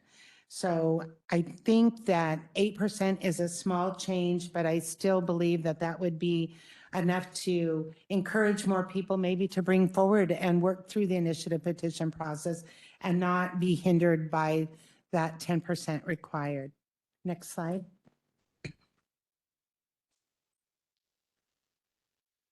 So in part of our presentation, we're required to place the entire resolution in our presentation. So I'm going to read this first paragraph, but I'm going to spare you all the other whereases because there's a lot, and you also received the resolution packet. But this first one, a resolution to submit to the voters of Clark County a proposal to amend Article 7, Initiatives and Referendum of the Home Rule Charter. This amendment would lower the requirement for verified signatures on an initiative or referendum petition from 10% to 8%. And it would allow for the transfer of signatures from an unsuccessful initiative petition to a mini initiative if the required 3% of valid signatures had been obtained. Signatures required for petitions only affecting unincorporated Clark County would be calculated using the same method as petitions for the entire county. It would allow the county auditor to use random statistical sampling to verify initiative, mini initiative, and referendum petition signatures in compliance with WAC 434-379-010 by sampling no less than 3,000 signatures submitted, and no petition may be rejected solely based on statistical sampling. Next slide. And the next one is just the whereases that the drafting committee has placed in them. I've already placed them in, so we have a little bit less work next week if this passes. So we'll go ahead and skip to the following other one. This one here is just kind of a reiteration of what I just read you, but it talks about it being in a duly noticed public meeting. And go ahead to the next one. And this is the finality of the resolution and the beginning of the proposed charter languages. Go ahead and go to the first page with red on it, please. It's a couple down, page 14. So here is the first change in Article 7. It's in Section 3, subsection 8. You can see that I've changed that, or we've changed that from no less than 10% to go down to 8%. Done that in Section A and B. And then in Section B, we've removed the language that requires the initiative petition for unincorporated area to be based on the date the initiative is filed. Next slide, please. And then, oh, you're already there. Okay. And then we added Section 7.3, initiative insufficient signatures. And it states if the proponents of an initiative fail to obtain the required number of signatures in the designated time period, but have sufficient signatures to qualify the proposal as a mini initiative, the proposal shall be treated as a mini initiative at the request of the proponents. Next slide. In the next slide, we've just renumbered from section 7.3 to 7.4 and removed the language regarding the unincorporated area signatures being based on the date the initiative is filed. Next slide. The next one's a referendum. We have just changed the section number from 7.4 to 7.5. And then on this section, section 4, subsection A and B, we have again lowered the threshold from 10 to 8% in 2 different locations and removed the language that requires the unincorporated area to be based on the date the initiative was filed. And finally, on sections, we've added section 7.6, use of statistical sampling for verification of signatures. It adds the language, the auditor's office may use statistical sampling techniques for signature verification of initiatives, mini initiatives, and referendum based on WAC 434-379-010 by sampling no less than 3,000 signatures submitted. No petition will be rejected on the basis of statistical method employed. And then, of course, it changes section 7.5 to section 7.7. We're asked to provide the benefits and risk of each of our proposed amendments. And I find many benefits to this, but some of them that I've listed are greater access to democracy, increased civic participation, faster responsiveness to local issues, reduced dominance of money and professional signature gathering. And as you probably read in the fiscal analysis, it does reduce the cost of signature verification services by the election staff if we use random statistical sampling. And I was told it would cut it down by at least 50%.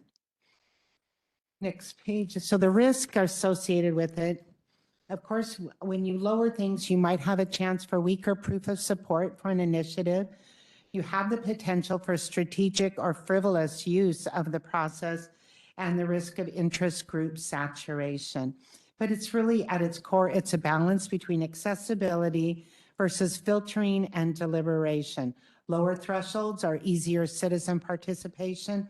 Higher thresholds, fewer but more broadly supported measure.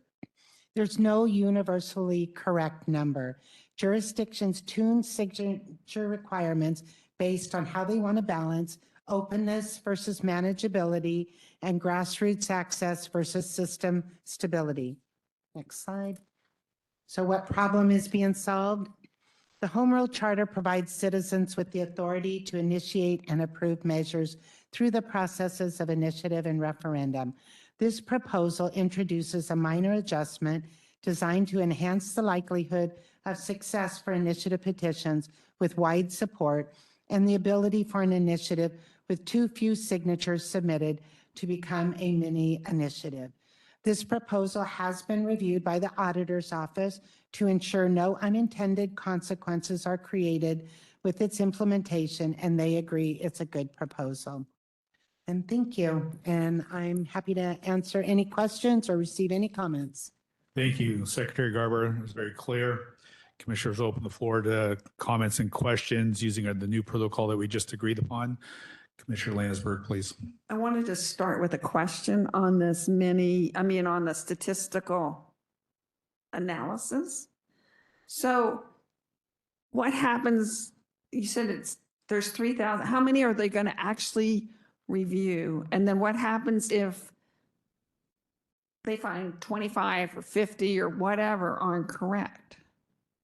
So there is that WAC that I referred to has a very set out way on how you do all that. I think it takes a master's degree in analytics to figure it out, but it does tell you how the thresholds work for how many can be eliminated. And it is a calculation that works, but it's very complicated but it is part of the state process that they do. And they would always be reviewing at least 3,000 signatures.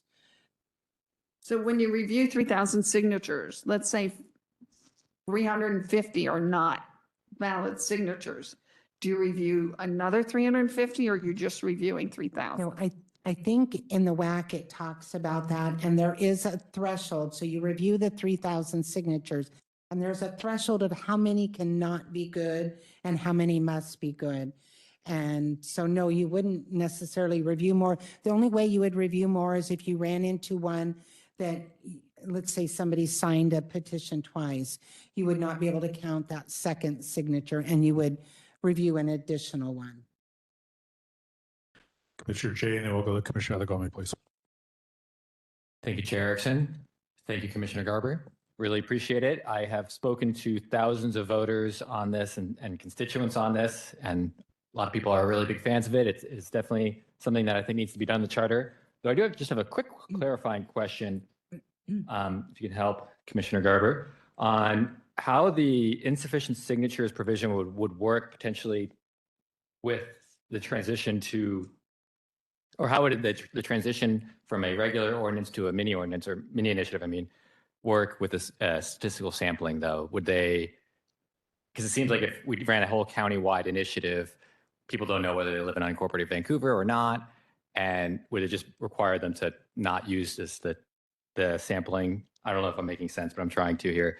But the conversion, if there's an insufficient number of signatures, the conversion from a regular initiative to a mini initiative, would they still use the random sampling, given that there might be people in cities and, you know? So this switching from an initiative to a mini initiative is if the petitioner does not get enough initial signatures. Yeah. So let's say they're supposed to get, 28,467 is how many they would need for countywide. Let's say they only get 15,000. Then they could have the choice, and they have a certain deadline to do it, but they don't make the deadline. They could then choose to make their initiative become a mini initiative, and they only need 3,000 signatures. And then the random sampling, they only need 3%, which would be 10,675. So then they would take and do random statistical sampling of 3,000 signatures of what has been provided. Commissioner Adegami, please. Thank you, Chair, and thank you, Secretary Garber. This is an excellent proposal, excellent presentation. I really appreciate the clarity and the clear amount of thought and work you've put into this. I'm generally inclined to support it, as this is something that I heard a lot when I was campaigning. I'm sure many of us heard a lot about it, but I did have a question, and I think this is maybe similar to Commissioner Landisberg's question, in that in the amended the inserted 7.6, it says no petition will be rejected on the basis of the statistical method employed. And so what I'm trying to understand is what the vehicle is if there is a preponderance of signatures that cannot be verified during the statistical sampling process.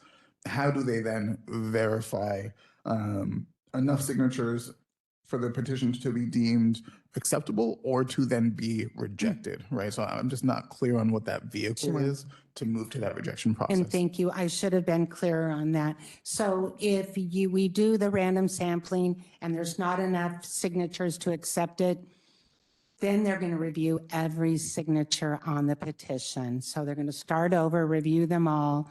This is just a way to allow a petition to be accepted based on statistical sampling. It cannot be rejected based on it.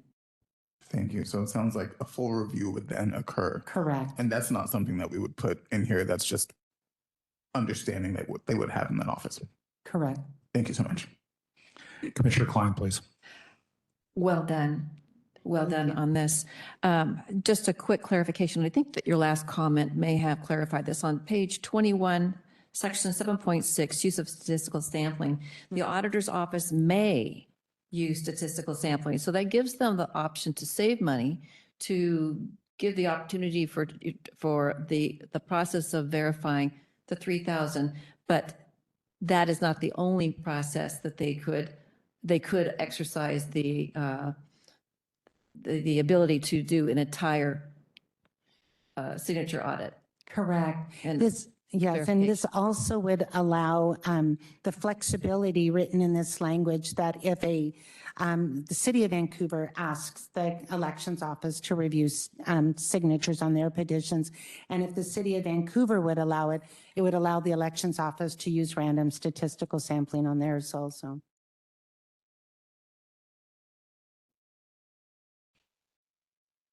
Commissioners, are there any other comments or questions?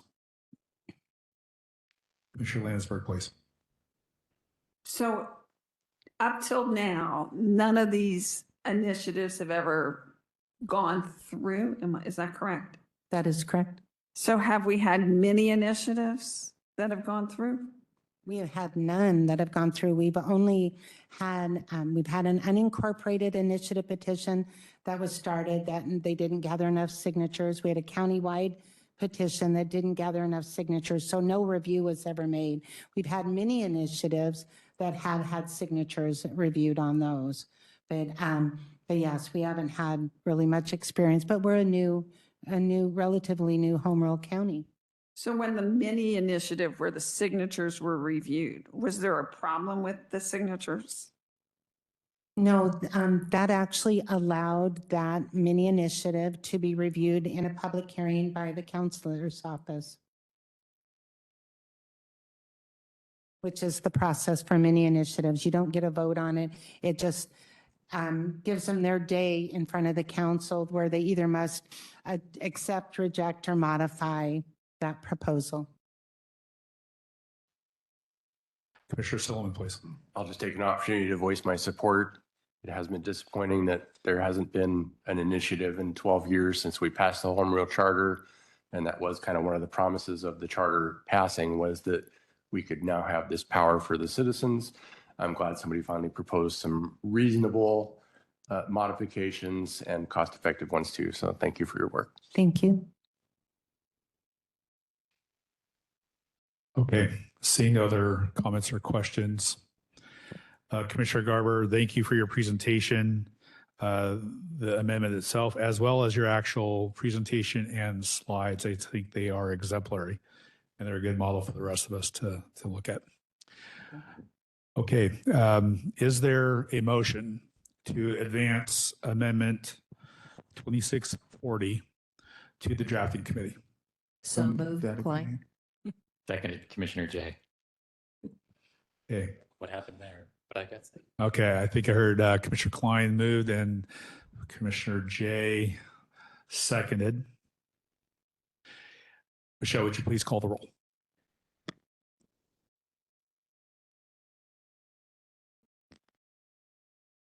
Commissioner Ottaguame, Aye. Commissioner Donnelly, Aye. Chair Erickson, Aye. Secretary Gerber, Aye. Commissioner Hamlick, Aye. Commissioner Chrisley, Aye. Commissioner Landisberg, I'm voting against it because of the statistical sampling. so nay. Commissioner Jay, Aye. Commissioner Klein, Aye. Commissioner Gasquet, Aye. Commissioner Holmgren, Aye. Vice Chair Haas, Aye. and Commissioner Silliman. Yes. Okay, one nay.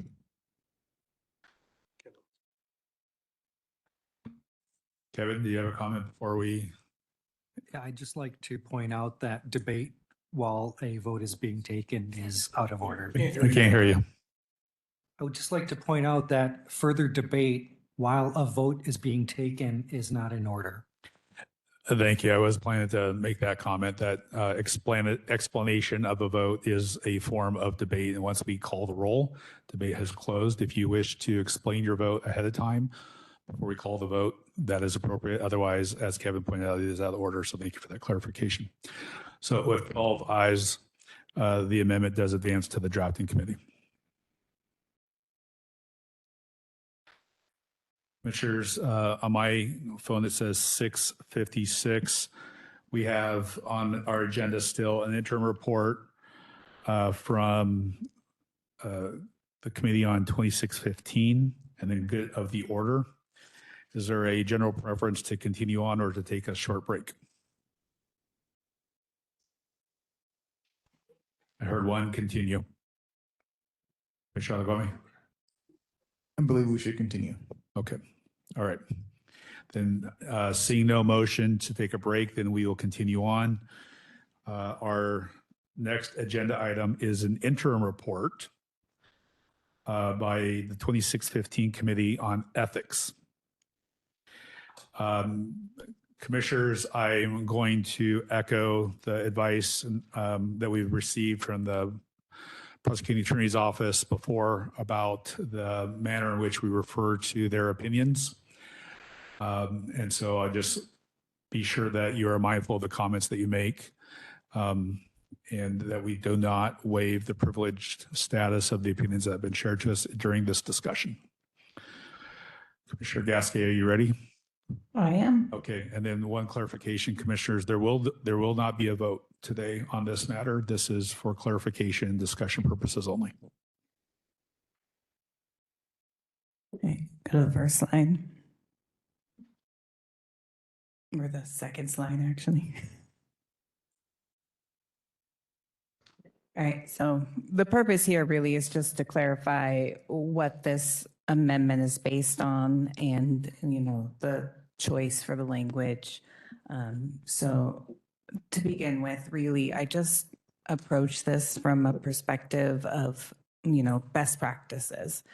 And there's very few people who study this issue.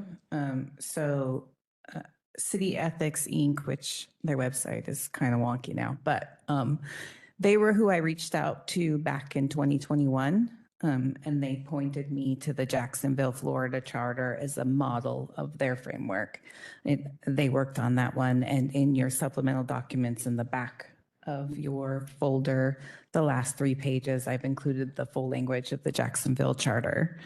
And I'll be referencing that throughout, and also referencing Robert Weschler's local government ethics programs. He also worked with City Ethics Inc., and basically wrote the manual on local government ethics, and also referencing Washington State RCWs and on ethics and public accountability. All right, you can go to the next slide. So starting with section 812, we're not striking too much here. We're just changing the date to 2027 to give them some time to write the local code of ethics. And we're just adding in a few words to ensure that they do actually write a local code of ethics. In your supplemental documents, I've also included the current ordinance, and you will see that the Code of Ethical Conduct just refers to state law and HR policy rather than being a local code of ethics written for the county specifically. And so the amendments to 812, you can go to the next slide.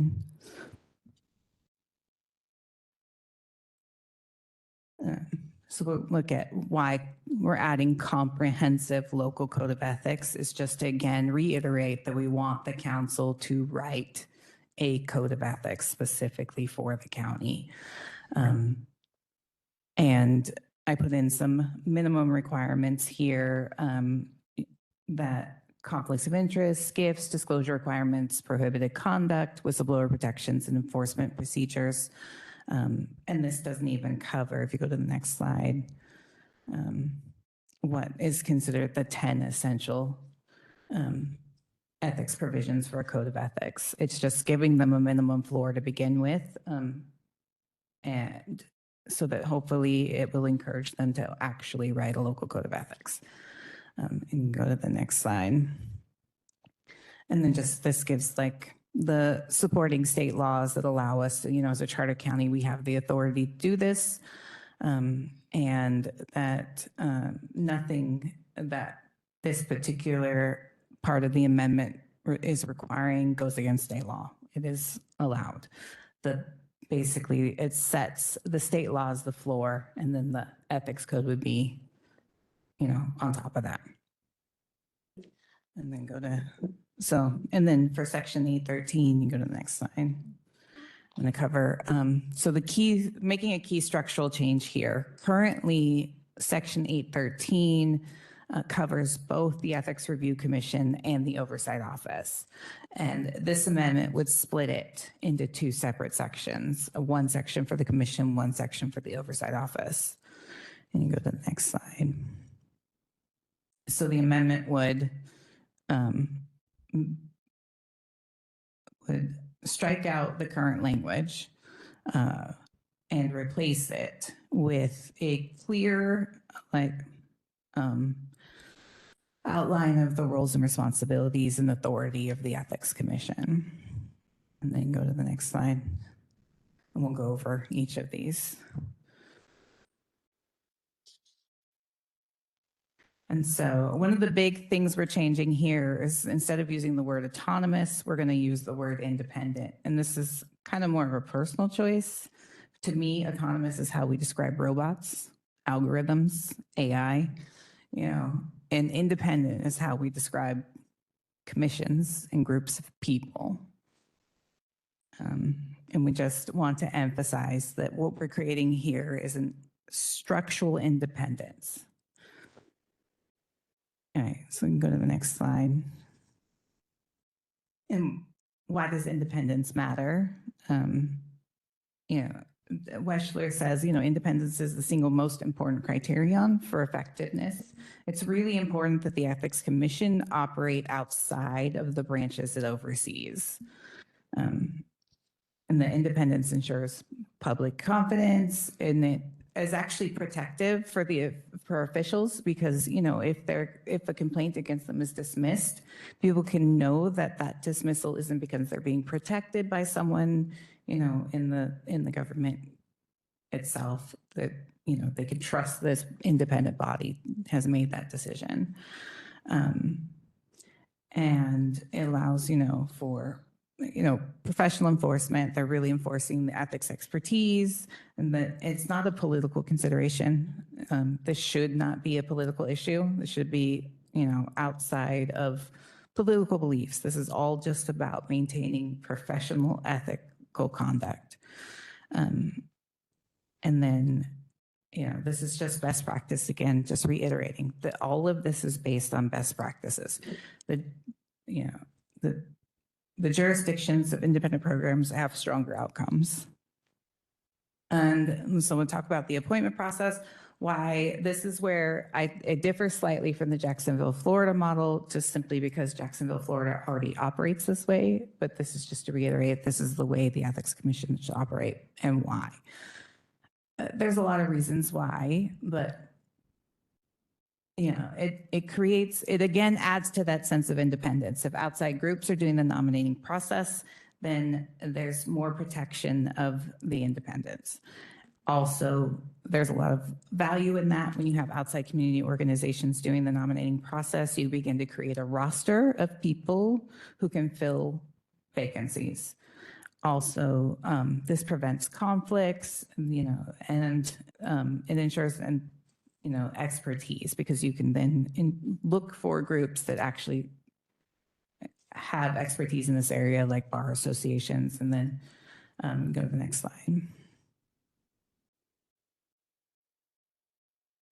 And this isn't unusual. Clark County already uses this model for several boards and commissions. The Development Engineering Advisory Board, requires some expertise in development and engineering. So they have associated groups that you're required to be associated with. Veterans Advisory Board, you don't want people making decisions about veteran issues who don't have experience being a veteran. So the Veterans Advisory Board requires affiliation with several recognized veteran service groups, and the Agricultural Advisory Commission has a preference for Clark Conservation District, Cowlitz Tribe, and agricultural processing industry representatives and people who, manage agricultural land. And the current way it's written is even less restricted with it than this, because this actually requires affiliation with these groups. You have to be a member of these groups in order to be considered for these boards and commissions. Whereas we're just saying a nominating process, it's up to the organization themselves whether or not they require affiliation to be considered for nomination. And the next slide.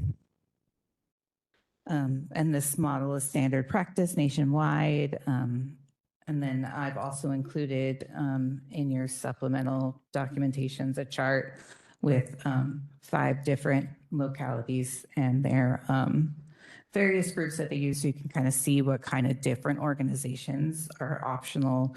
But the idea is just to make sure that there's a broad group of people being on this commission that come from different backgrounds, different political identities, different, belief systems, but that they all have in common a desire for good governance.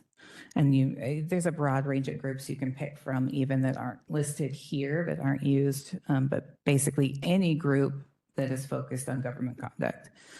And go to the next slide. All right, and then we talk about why enumerate specific powers. Current charter language says charged with hearing and ruling on complaints, and this is kind of a reactive only. There's no guidance, training, or prevention, and those things are super important. So the amendment adds some, specific powers, responsibilities. The other reason to do this is when they have more requirements, then they're required to meet more frequently. And if they're required to meet more frequently, they're going to respond to complaints quicker. Right now, it can take months. If someone makes a complaint against you as a government employee or as a government official, it can take months to find out the status of that complaint because they don't meet every month. And it should be a 30-day window. You should know within 30 days whether or not that complaint is going to be dismissed or if you're going to move to a hearing. When it takes a long time and someone's case is dismissed, that reputation damage can already be done, even if, at the end they decide it was a frivolous complaint. So provisions, the powers A, B, and D, these are prevention. And prevention is better than punishment, right? We don't want people to end up getting in trouble all the time. We want to avoid scandals. And we don't want to be responsive to them. We want to prevent them. So, the hotline can hear early violations before they turn into big issues. Training helps ensure that people understand how to avoid conflicts, and then recommending legislation or just recommending changes to the code and the processes and procedures allows for the people who are most experienced, the Ethics Commission, to determine what changes need to be made. And then we'll go to next slide. Now, this one is a little bit more teeth, right? So this is the referral authority. This is where enforcement comes in. And this is just reiterating a power already granted through law to ethics boards, the ability to refer matters to appropriate enforcement agencies. This is when something goes beyond a simple civil infraction, simple misuse of office. This is where criminal behavior is found. They would then refer it to a prosecuting attorney, Washington State General, or if they get a complaint for an ethics violation that is outside their scope, maybe it's a legislative complaint or the state executive branch complaint, or maybe it's a Vancouver issue. It just allows them to refer to the appropriate ethics commission in that case. Next slide. And this reiteration, this is a referral. This is not prosecution. They are not prosecuting anyone for any crimes. They don't have that power, right? This just gives them the ability to refer to the appropriate agency that can prosecute if necessary, right?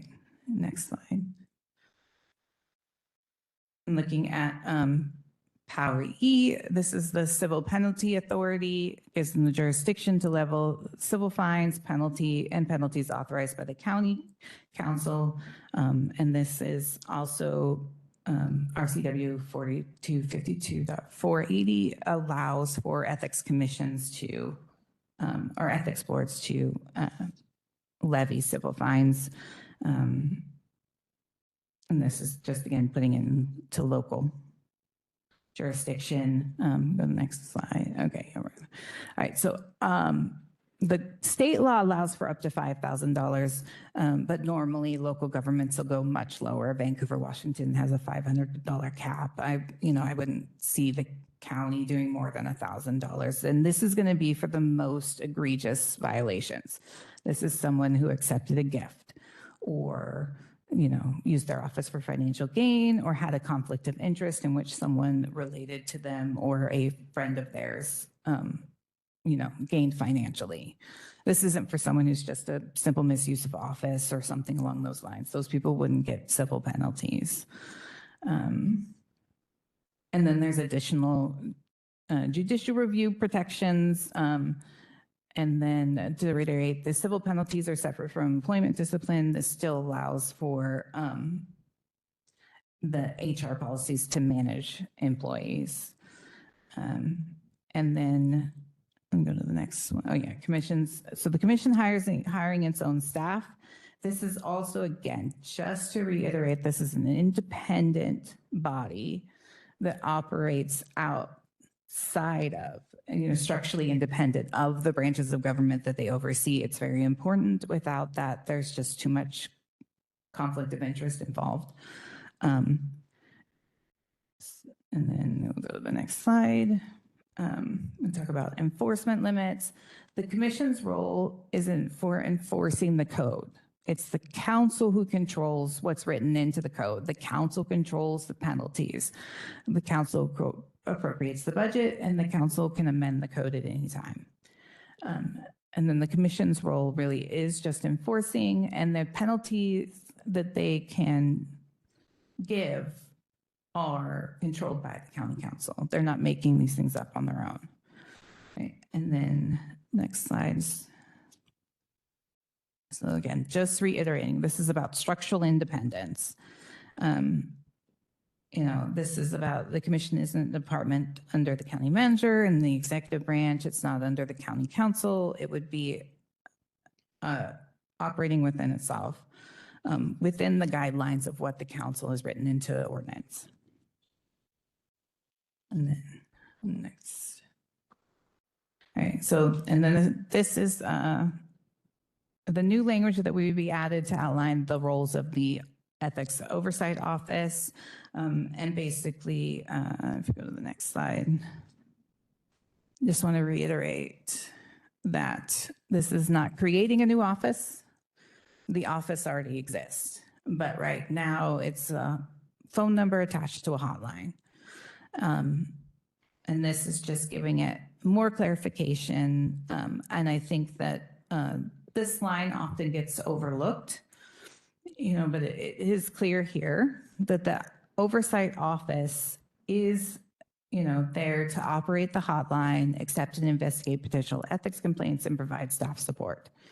So we're just reiterating those things, clarifying, and adding the coordination of training, ethics compliance, and oversight. And then go to, why separate them? I think it just adds clarification. I think the oversight office gets lost in section 813 right now. It's just clarifying, that it's the operational wing of the commission. Commission makes the policy, the office operates it. And we'll go to, So what does the office do? Coordinates ethics training, ethics compliant, and ethics oversight issues.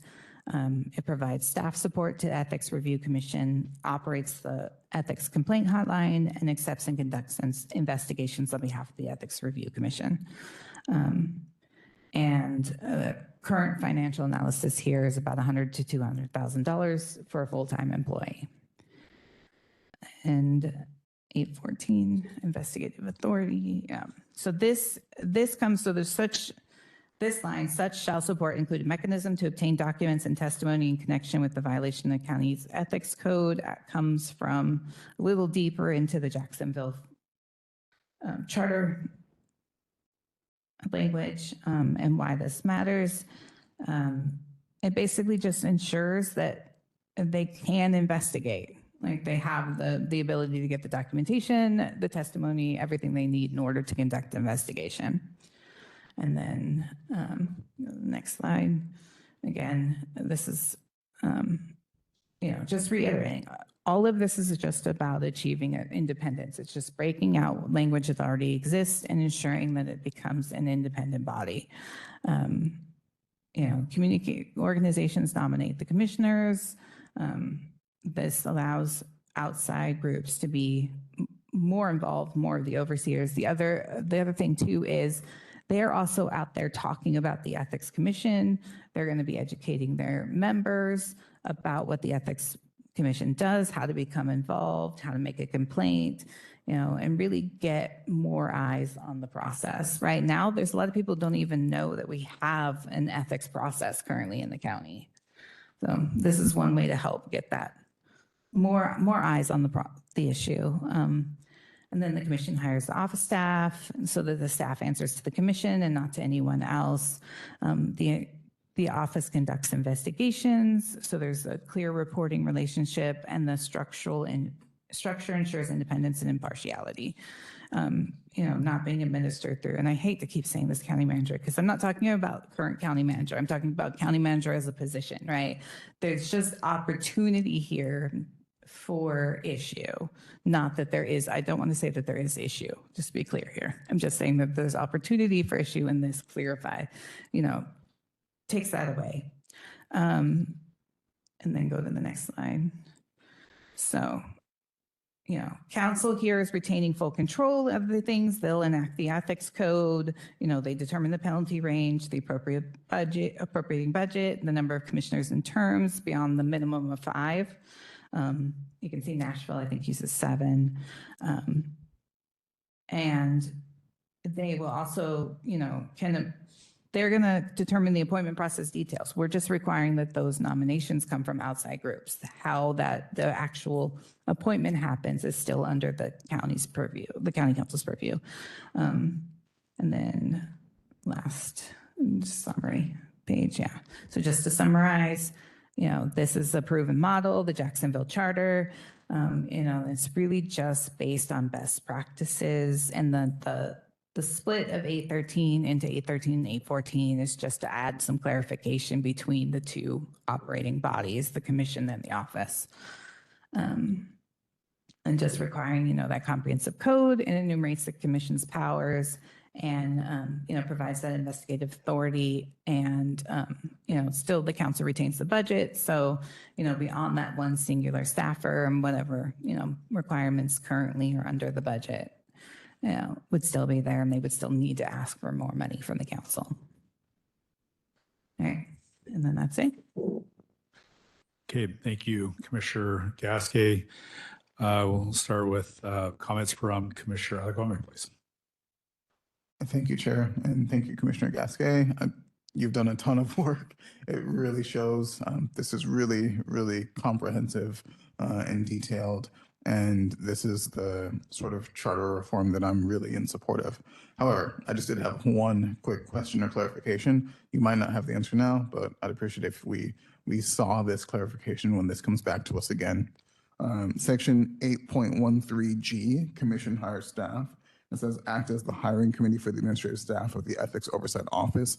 That's kind of where my biggest question lies is, are they informing the hiring process? How do you envision that actually working if we're talking about an unpaid, commission of volunteers who are taking part in that hiring process? I really want to understand that and have that fleshed out in here so that we don't run into, something that we might not have considered as a problem as we're looking to get that office staffed if this moves forward and is adopted by the voters. Yeah, so there's tons of operating and ethics commissions that have an oversight office that they hire the staff for. There's lots of procedure processes that we can draw on. It would really be on the council and to determine those kind of rules around that. Currently, Pierce County, their ethics commission hires what's called a hearing officer, and they'll hire on a 1-year contract, someone who handles all of their, they oversee their hearings, and they basically interact with people, answering questions about, say, why a complaint was dismissed, that kind of stuff. And that's just, I would say we'd look to other places to see exactly how they set up those rules. Thank you. Commissioner Jay, and then Commissioner Landsberg, please. Thank you, Chair. I just have a quick concern, well, I don't know if it's quick, but a concern regarding the advisory bodies comparison, given that we have advisory bodies in Clark County, but these bodies are advisory bodies. They don't control the livelihoods of people. They don't control people's reputations in the same way. Further, there's no comparable bodies that are ethical bodies that can nominate people in the same way that a veterans group can nominate someone to a veterans board or building industry association for developers. There's just no comparable bodies for ethics. And in addition, the bodies that were originally listed, the community organizations, I'm not even sure if they even want this power. Further, if they want this power, I think that should be disqualifying of them to even have this power, to have such power over our county. And so I think that is not a fair comparison on that front. And I don't know if independence is even an attainable goal. I think the realistic goal in our framers of our Constitution on the federal level had, when they were balancing the independence of the judiciary, independence of the president, independence of Congress, they didn't reach in they realized that these things are all interconnected and developed checks and balances and separation of powers to clarify this. And then when they did try to achieve independence, for instance, for the Supreme Court, they gave them lifetime appointments. That's how they managed to assure some level of independence there that I just don't see here on this. I see the risks of having an independent body that has such control over people's livelihoods that is unaccountable, but then still the council controls their budget, so they're not even independent. So I can keep going, but I will stop. So thank you, though. Well, there's no body outside of legislative that would be independent if we're determining it by budget. All legislative bodies appropriate funds for all other government bodies. This is structural independence. So yes, they still rely on the appropriations of the legislative branch, just like any other branch of government does. But to answer your question about community organizations, I mean, I'm providing here a list that we have comparable organizations to. This is well studied. This is found to be just general best practices. And there, you can take bar associations, colleges, you have League of Women Voters, Rotary Club, any kind of club or any kind of organization, that operates outside of the government. I have no concerns for citizen groups overseeing government. I don't know why anyone would. I mean, the government works for all of us. And I don't think that when you take a broad range of people from different groups, you're not going to get a bunch of issues with people trying to, attack a single person in government. And I want to reiterate that something like that, what we refer to as winch huts or whatever, that's something government does to its citizens, not something citizens do to their government. Again, the government works for us, and having outside organizations just allows for more eyes, more people interested in it, and it helps encourage more people to be interested in the process in order for us to have a better functioning government. Commissioner Landisberg, please. So first of all, when the county council did not write the ordinance that you thought they were going to write last time, there's been some discussion in the communications we've received that most of the stuff is already incorporated in HR policy. Commissioner Landisberg, I'm not going to get into anything. Represent it as your own opinions. Okay. My question is, why couldn't you just put forth a code recommendation of what you really want to see? To keep going back and saying, well, you didn't do it once, there's no guarantee they're going to do it again. And that's just part of my comments. The second part of the comment is, I've said it before, we're a county manager form of government, not elected county executives, not a big city. So all of the examples you give of large cities that have this independent commission have way bigger budgets than we do in Little Clark County. As a member of the League of Women Voters, I think you assume something that you don't know, that the organization would want to take on another committee responsibility. We had enough trouble getting the Bar Association to even send out an email to its members on our council looking for a Scrivener service. So you're assuming that this small bar association would even want to become involved in an ethics advisory stuff. We're just a small county. So that's where I'm coming from. I just think it's doing too many things. And that if you limit it, and they finally, as far as ethics go, when I worked for the federal government in my position, we had mandatory ethics training. So we had someone from like the legal office come and teach us once a year for an hour, mandatory ethics. I mean, I think that would be a great requirement and wouldn't be hard to convince people to have that. But this just separates it from, so it's not coming from the prosecuting attorney's office, it's coming from the ethics commission is creating the training and the oversight office would be giving the training. There's a conflict that happens with the prosecuting attorney's office because they represent the county. They don't represent the ethics commission. You know what I mean? Like their job is to ensure the county is, legally protected. So this allows for, again, that structural independence that this would come. And I don't know, we had that training at the beginning, and it's so steeped in law that it leaves you confused at the end. This training would come from the commission itself. So it would be clearer, it would be, more geared to local government ethics and more geared to just professionalism. Commissioner Hamlick and then Commissioner Silliman for 2 brief comments, please. Okay, well, I'm very supportive of ethics, as you know, but I do have a couple questions for you. So I know listening to the Ethics Commission, their last 3 years of meetings, have you reached, do you know who they have hired now? Because I do believe they do have an outside attorney.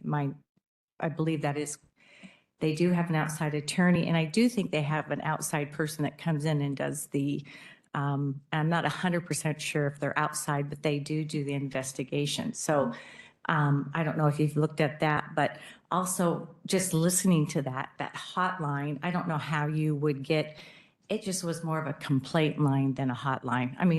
I don't think they ever got one, I have to say, ethics complaint on that hotline. I think that just seems to be either we have to retrain everybody in the population on what an ethics complaint is or do something else. I do agree that it needs to be overhauled somehow to fix these issues like the complaint line and things like that, or the hotline, sorry. And then did you get a cost? Because I see a higher cost than just one employee myself if you really want an efficient ethics commission to go forward. So those are my questions. All I got was the cost analysis of hiring a staffer. But if you read the original 813, it does read like there should be someone staffing that office. I think that's, this is just clarifying that there are roles and responsibilities that, require someone to be in that office. We've also heard from other commissioners, we've heard from public comment, a need for someone to be there to answer questions so that you're not just getting people calling the hotline and leaving messages complaining about government, right? Also, again, when you're bringing in outside organizations to do the nominating process, to be kind of involved in how that happens, you're going to get more people educated, more people understanding exactly what a violation of the Code of Ethics is. I think right now you get a lot of people using it for politics and people just generally just complaining about government, not really understanding, right? And also, again, having them write a clear local code of ethics, makes it a lot easier to understand than having to go through the state laws. And actually the state law governing just municipality workers is actually pretty limited. But do you, Sure, so- oh, sorry. I just was wondering, did you know how much an attorney? Commissioner Hamlick, so you've had more than what I would consider a brief comment, so thank you. We're going to let Commissioner Silliman go next. I will be brief. I just have 2 quick questions. One is, maybe I missed it, but you said community groups would nominate members of the commission. Who actually appoints them?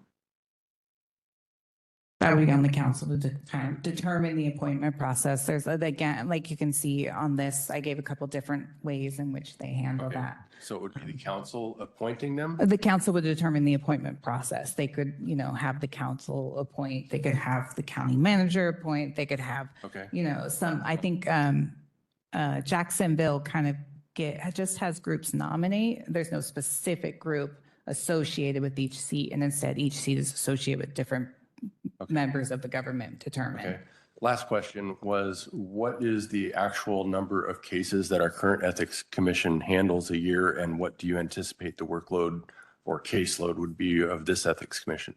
Ideally, zero. If they're doing a good job of training, it should be zero cases. That's why we're clarifying that it's about prevention more than prosecution, right? They should be more about the training, making sure the code of ethics is clear, making sure that everybody understands how to be ethical. So ideally zero. Right now, I think, it's like 6-ish currently, but a lot of those complaints end up getting dismissed. Okay, thank you, Commissioners. Commissioner Gasquet, I have one final question. It's my own question. I'm hoping it's perhaps yes or no, so it's short. You've asked for this interim report in the context of the correspondence that we've all seen in the prosecuting attorney's office. My question to you is your presentation today in an effort to explain your amendment in the original format that you intended to proceed with, or are you envisioning that the amendment will change in response to opinions received by the prosecuting attorney's office? This was just to clarify that the amendment has a background in being based on different charter language and law. Okay, so there's no current revisions from the original version that the PA's office reviewed, is that correct? I added the date for implementation of the office. Okay, thank you. Okay, well, thank you, Commissioner Gasquet, for taking advantage of the interim report opportunity. Commissioners, that ends our new business. Our final agenda item is good of the order. Are there any agenda items? Commissioner Silliman, please. Mr. Chair, I'd like to make a motion and then explain the reasoning behind the motion. My motion would be that after this board has approved the work plan incorporation or revision to the bylaws that the executive committee is proposing, that this council would revote on amendment 2613, the one I presented last week, with the clarified voting rules.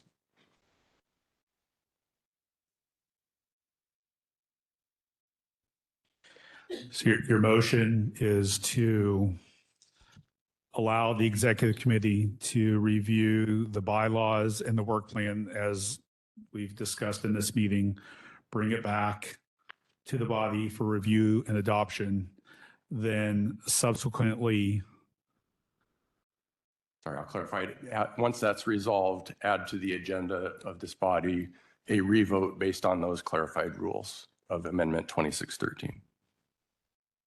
Second, Donnelly. Okay, and I believe the motion that to which you refer in Robert's Rules of Order is a motion to renew. Yes, if you want to express it that way, yes. It's the same motion. I would like it renewed or revoted on. Yes, sir. Okay, and so your motion today is to put this on the agenda for a future meeting? Yes. A meeting to be determined, since the schedule for the adoption of the revised governing documents has not yet been scheduled. Is that correct? Yes, sir. Okay. It's been moved and seconded. Before we go to debate, I'm going to ask Kevin if he has any comments he'd like for us to be aware of before we go to any further debate. No, I think you've properly addressed it thus far. Can you speak into the microphone just a little closer, please? I believe that you've properly addressed the procedural aspects of this motion so far. Okay, so and for clarification, the motion to renew is the appropriate motion in Robert's Rule of Order, because this body did not adopt a motion that would be changed or rescinded. So it's a renewal of the motion, of the original motion. So I believe what I'm understanding is it's a motion to put this on the agenda for next week or in a future meeting. When that time arrives, then there would be a vote on the motion to, so this is actually a motion to put it on the agenda. The agenda item is a motion to renew, which then would be a second vote. And then should that also pass, then it would be then it would actually be essentially the revote. Is that correct, Kevin? That is correct. Okay. All right. So in layman's terms, or in my terms at least, that would be essentially seeking to vote again on 2613. And this motion, put it on the agenda, is the first of a three-step vote in that process. Okay, and has been moved and seconded, so we'll open it up to debate. Commissioner Landisberg, please. I thought as part of our work plan that amendments that didn't pass this year could be brought forth next year and we'd start over. And so I don't know why this particular one, which didn't go through last week, would take any more priority over any other amendment that didn't pass through. Commissioner Simon, would you like to respond to that question? Sure. As it's been explained to me, is that it's been determined that the work plan, because it hasn't been incorporated into the bylaws, they're not binding like the bylaws are. They may be after we vote on them. They are guidelines. And so we're not bound to that in the sense that we are to the requirements in the bylaws to vote a certain way. The purpose of my amendment is I believe it was unclear what the voting standards were for passage or approval of the amendment at that step. I'm just asking for this council not to entertain a representation of it or re-explanation, simply a roll call vote, which would take less than 5 minutes of your time. I just want it to abide by a clear standard for everybody to vote upon it. Secretary Garber, please. I think we already do have a clear standard. Though the work plan might seem a bit confusing, the bylaws clearly says that it is a majority of the quorum present.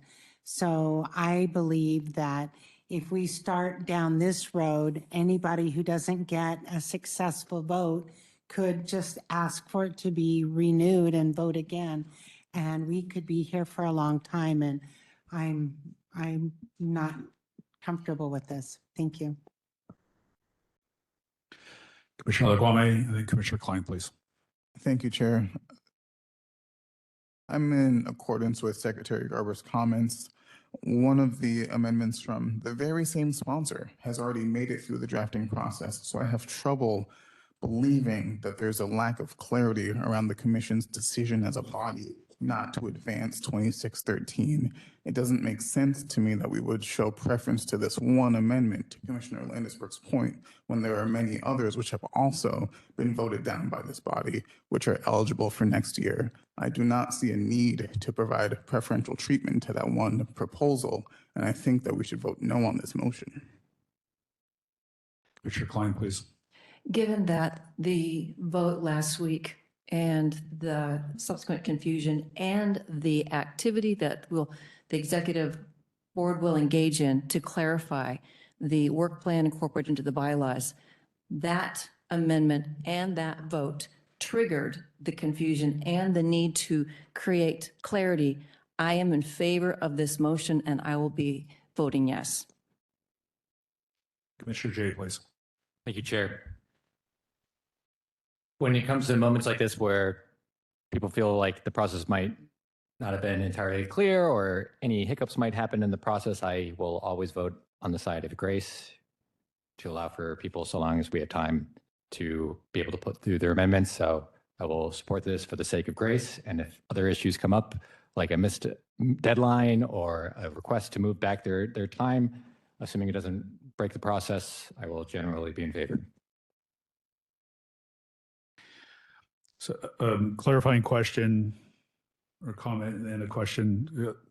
Commissioner Silliman, the motion on the floor is to allow this body to proceed with the clarification on the bylaws and the work plan, and to then formally bring the work plan into the bylaws as a governing document, which would include clarification on vote thresholds. And you'll note that in the work plan itself, towards the end, there are procedural notes that says, first one, if a proposed proposal fails to advance at any point, it is no longer eligible for 2026, but may be resubmitted for 2027 consideration by the commission. It would seem to me that the motion on the floor to allow this process to move forward, which would clarify these documents, would preclude the ability to move forward with the vote that you're proposing, regardless of what the vote threshold is, because at that point, this document would be enshrined into the bylaws and itself provides clarity on this topic. Mr. Chair, to answer your, or to respond to that, I believe if you do vote, or if you do bring back a proposal to incorporate those and enshrine that in the bylaws, then it would be abiding as the bylaws. Right now, our work plan, according to the bylaws, is amendable by a simple majority vote of this body. So rather than going through the process of amending or proposing to amend the work plan, I'm just simply proposing a simpler shortcut. Because of confusion, I'm asking for your grace. I would just like a vote where everybody is clear what the threshold is, how abstained votes will count, because there is a difference. And that's why I'm asking for your clarity and your grace. Thank you to the body. Well, we're drilling down on some details which are important. This whole matter is about details, but Kevin, your input would be appropriate here. Are you, the sequence of events that you've laid out, in my opinion, would still preclude the ability to do as you're suggesting without then a vote to temporarily suspend the bylaws, because we would have adopted bylaws that incorporate the work plan. The work plan has verbiage that would preclude what I think you're asking for. So if we were to do it in the sequence that you're suggesting, it would seem then that we would actually have to suspend the bylaws. Kevin, could you comment, please? Chair, your recitation is correct, unless there is a proposed, well, the executive officers will be working on a proposal to modify the bylaws and harmonize the bylaws with the work plan. Should that work entail a change to the provision that you just referenced, then it may not be a bar. If it stays the way it is, which you're contemplating, then it would be a bar, and it would preclude renewal of the motion once the bylaws and work plan are adopted. There's potentially, like I said, I suppose, for that to change as a result of the executive officers' work on this matter. Obviously, I can't comment or speculate as to that. So, and other than that, yes, your analysis is absolutely correct. Vice Chair Haas, please. I just wonder if it wouldn't be appropriate to table the motion until after we come back and know how we're moving forward with the recommendation to the committee from the executive group.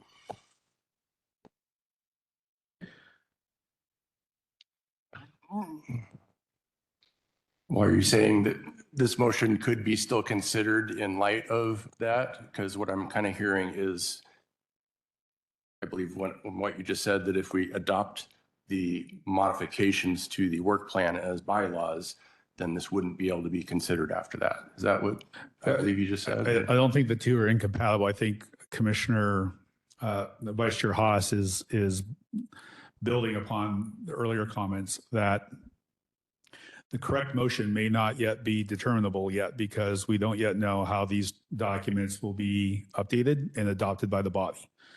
And as Kevin just confirmed, that if the motion that's on the floor now and the sequence of events that would play out, unless this provision is removed from the work plan, and I don't have reason to believe that it would be, that it would preclude the type of motion that you're now proposing. And so that the motion that I think you're after would actually require, the outcome that you're contemplating would perhaps require a different motion based on how this is ultimately resolved. And so I believe Vice Chair Haas's comment is to either table or withdraw your motion pending resolution of how these documents are resolved.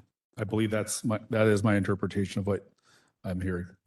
Correct. We don't know what we're working with next week is my only point. I appreciate the comments and it's well taken. I'll withdraw the motion until we decide what we're doing with the bylaws and the work plan. Okay, thank you. I would, this is my own comment. I believe the integrity of our process matters significantly. We need to be able to have confidence in our process. We need to be able to allow the public to have confidence in our process. We have two competing needs, in my opinion. We have the desire to make sure that any ambiguity is fully remedied, while at the same time protecting a vote, what the integrity of a vote means. So admittedly, those are competing needs, and we'll arbitrate that in a future meeting. Commissioners, are there any other items for good of the order? Commissioner Lagwami, please. Thank you, Chair. I do think something needs to be said about the idea of keeping the process above reproach. And I think that doesn't include discussions about suspending our bylaws to bring back amendments that have been voted on already. I think it's pretty clear what the optics of that are. And so I just want to express that to the commission, that if we do care about the integrity of this process and the way that it looks to the public, discussions of that nature don't give a very good look to the commission in that context. Thank you. Thank you. Vice Chair Haas, please. I might follow up with what we started in the beginning of this is a growing organism that we really had no foundation to start with, and we're going to come up with bumps, and what we found here is a bump. And I think it's there is no other choice than to work through it and figure out what's on the other side. And so having these discussions about which one is right and which one is wrong, I do think brings clarity to whoever's watching these meetings. And I just want to make sure we get it right. Thank you. Okay. I have a separate final comment, perhaps. I just want to let the body know that yesterday was the annual State of the County address. Myself, Secretary Garber, Commissioner Jay were in attendance representing the Charter Review Commission. We had a table out here in the lobby. We were able to greet people as they were coming and going and share the literature that the Public Outreach Committee had prepared, which we appreciated. That was a good opportunity to let the public know a little bit more about our work. So thank you for that. Commissioners, are there any other items for good of the order? Okay, seeing none, is there a motion to adjourn? Second, Klein. Okay, it's been moved by Commissioner Donnelly, although her microphone is off, I believe, and seconded by Commissioner Klein. Are there any opposed? Okay, seeing none, we are adjourned. Thank you, Commissioners.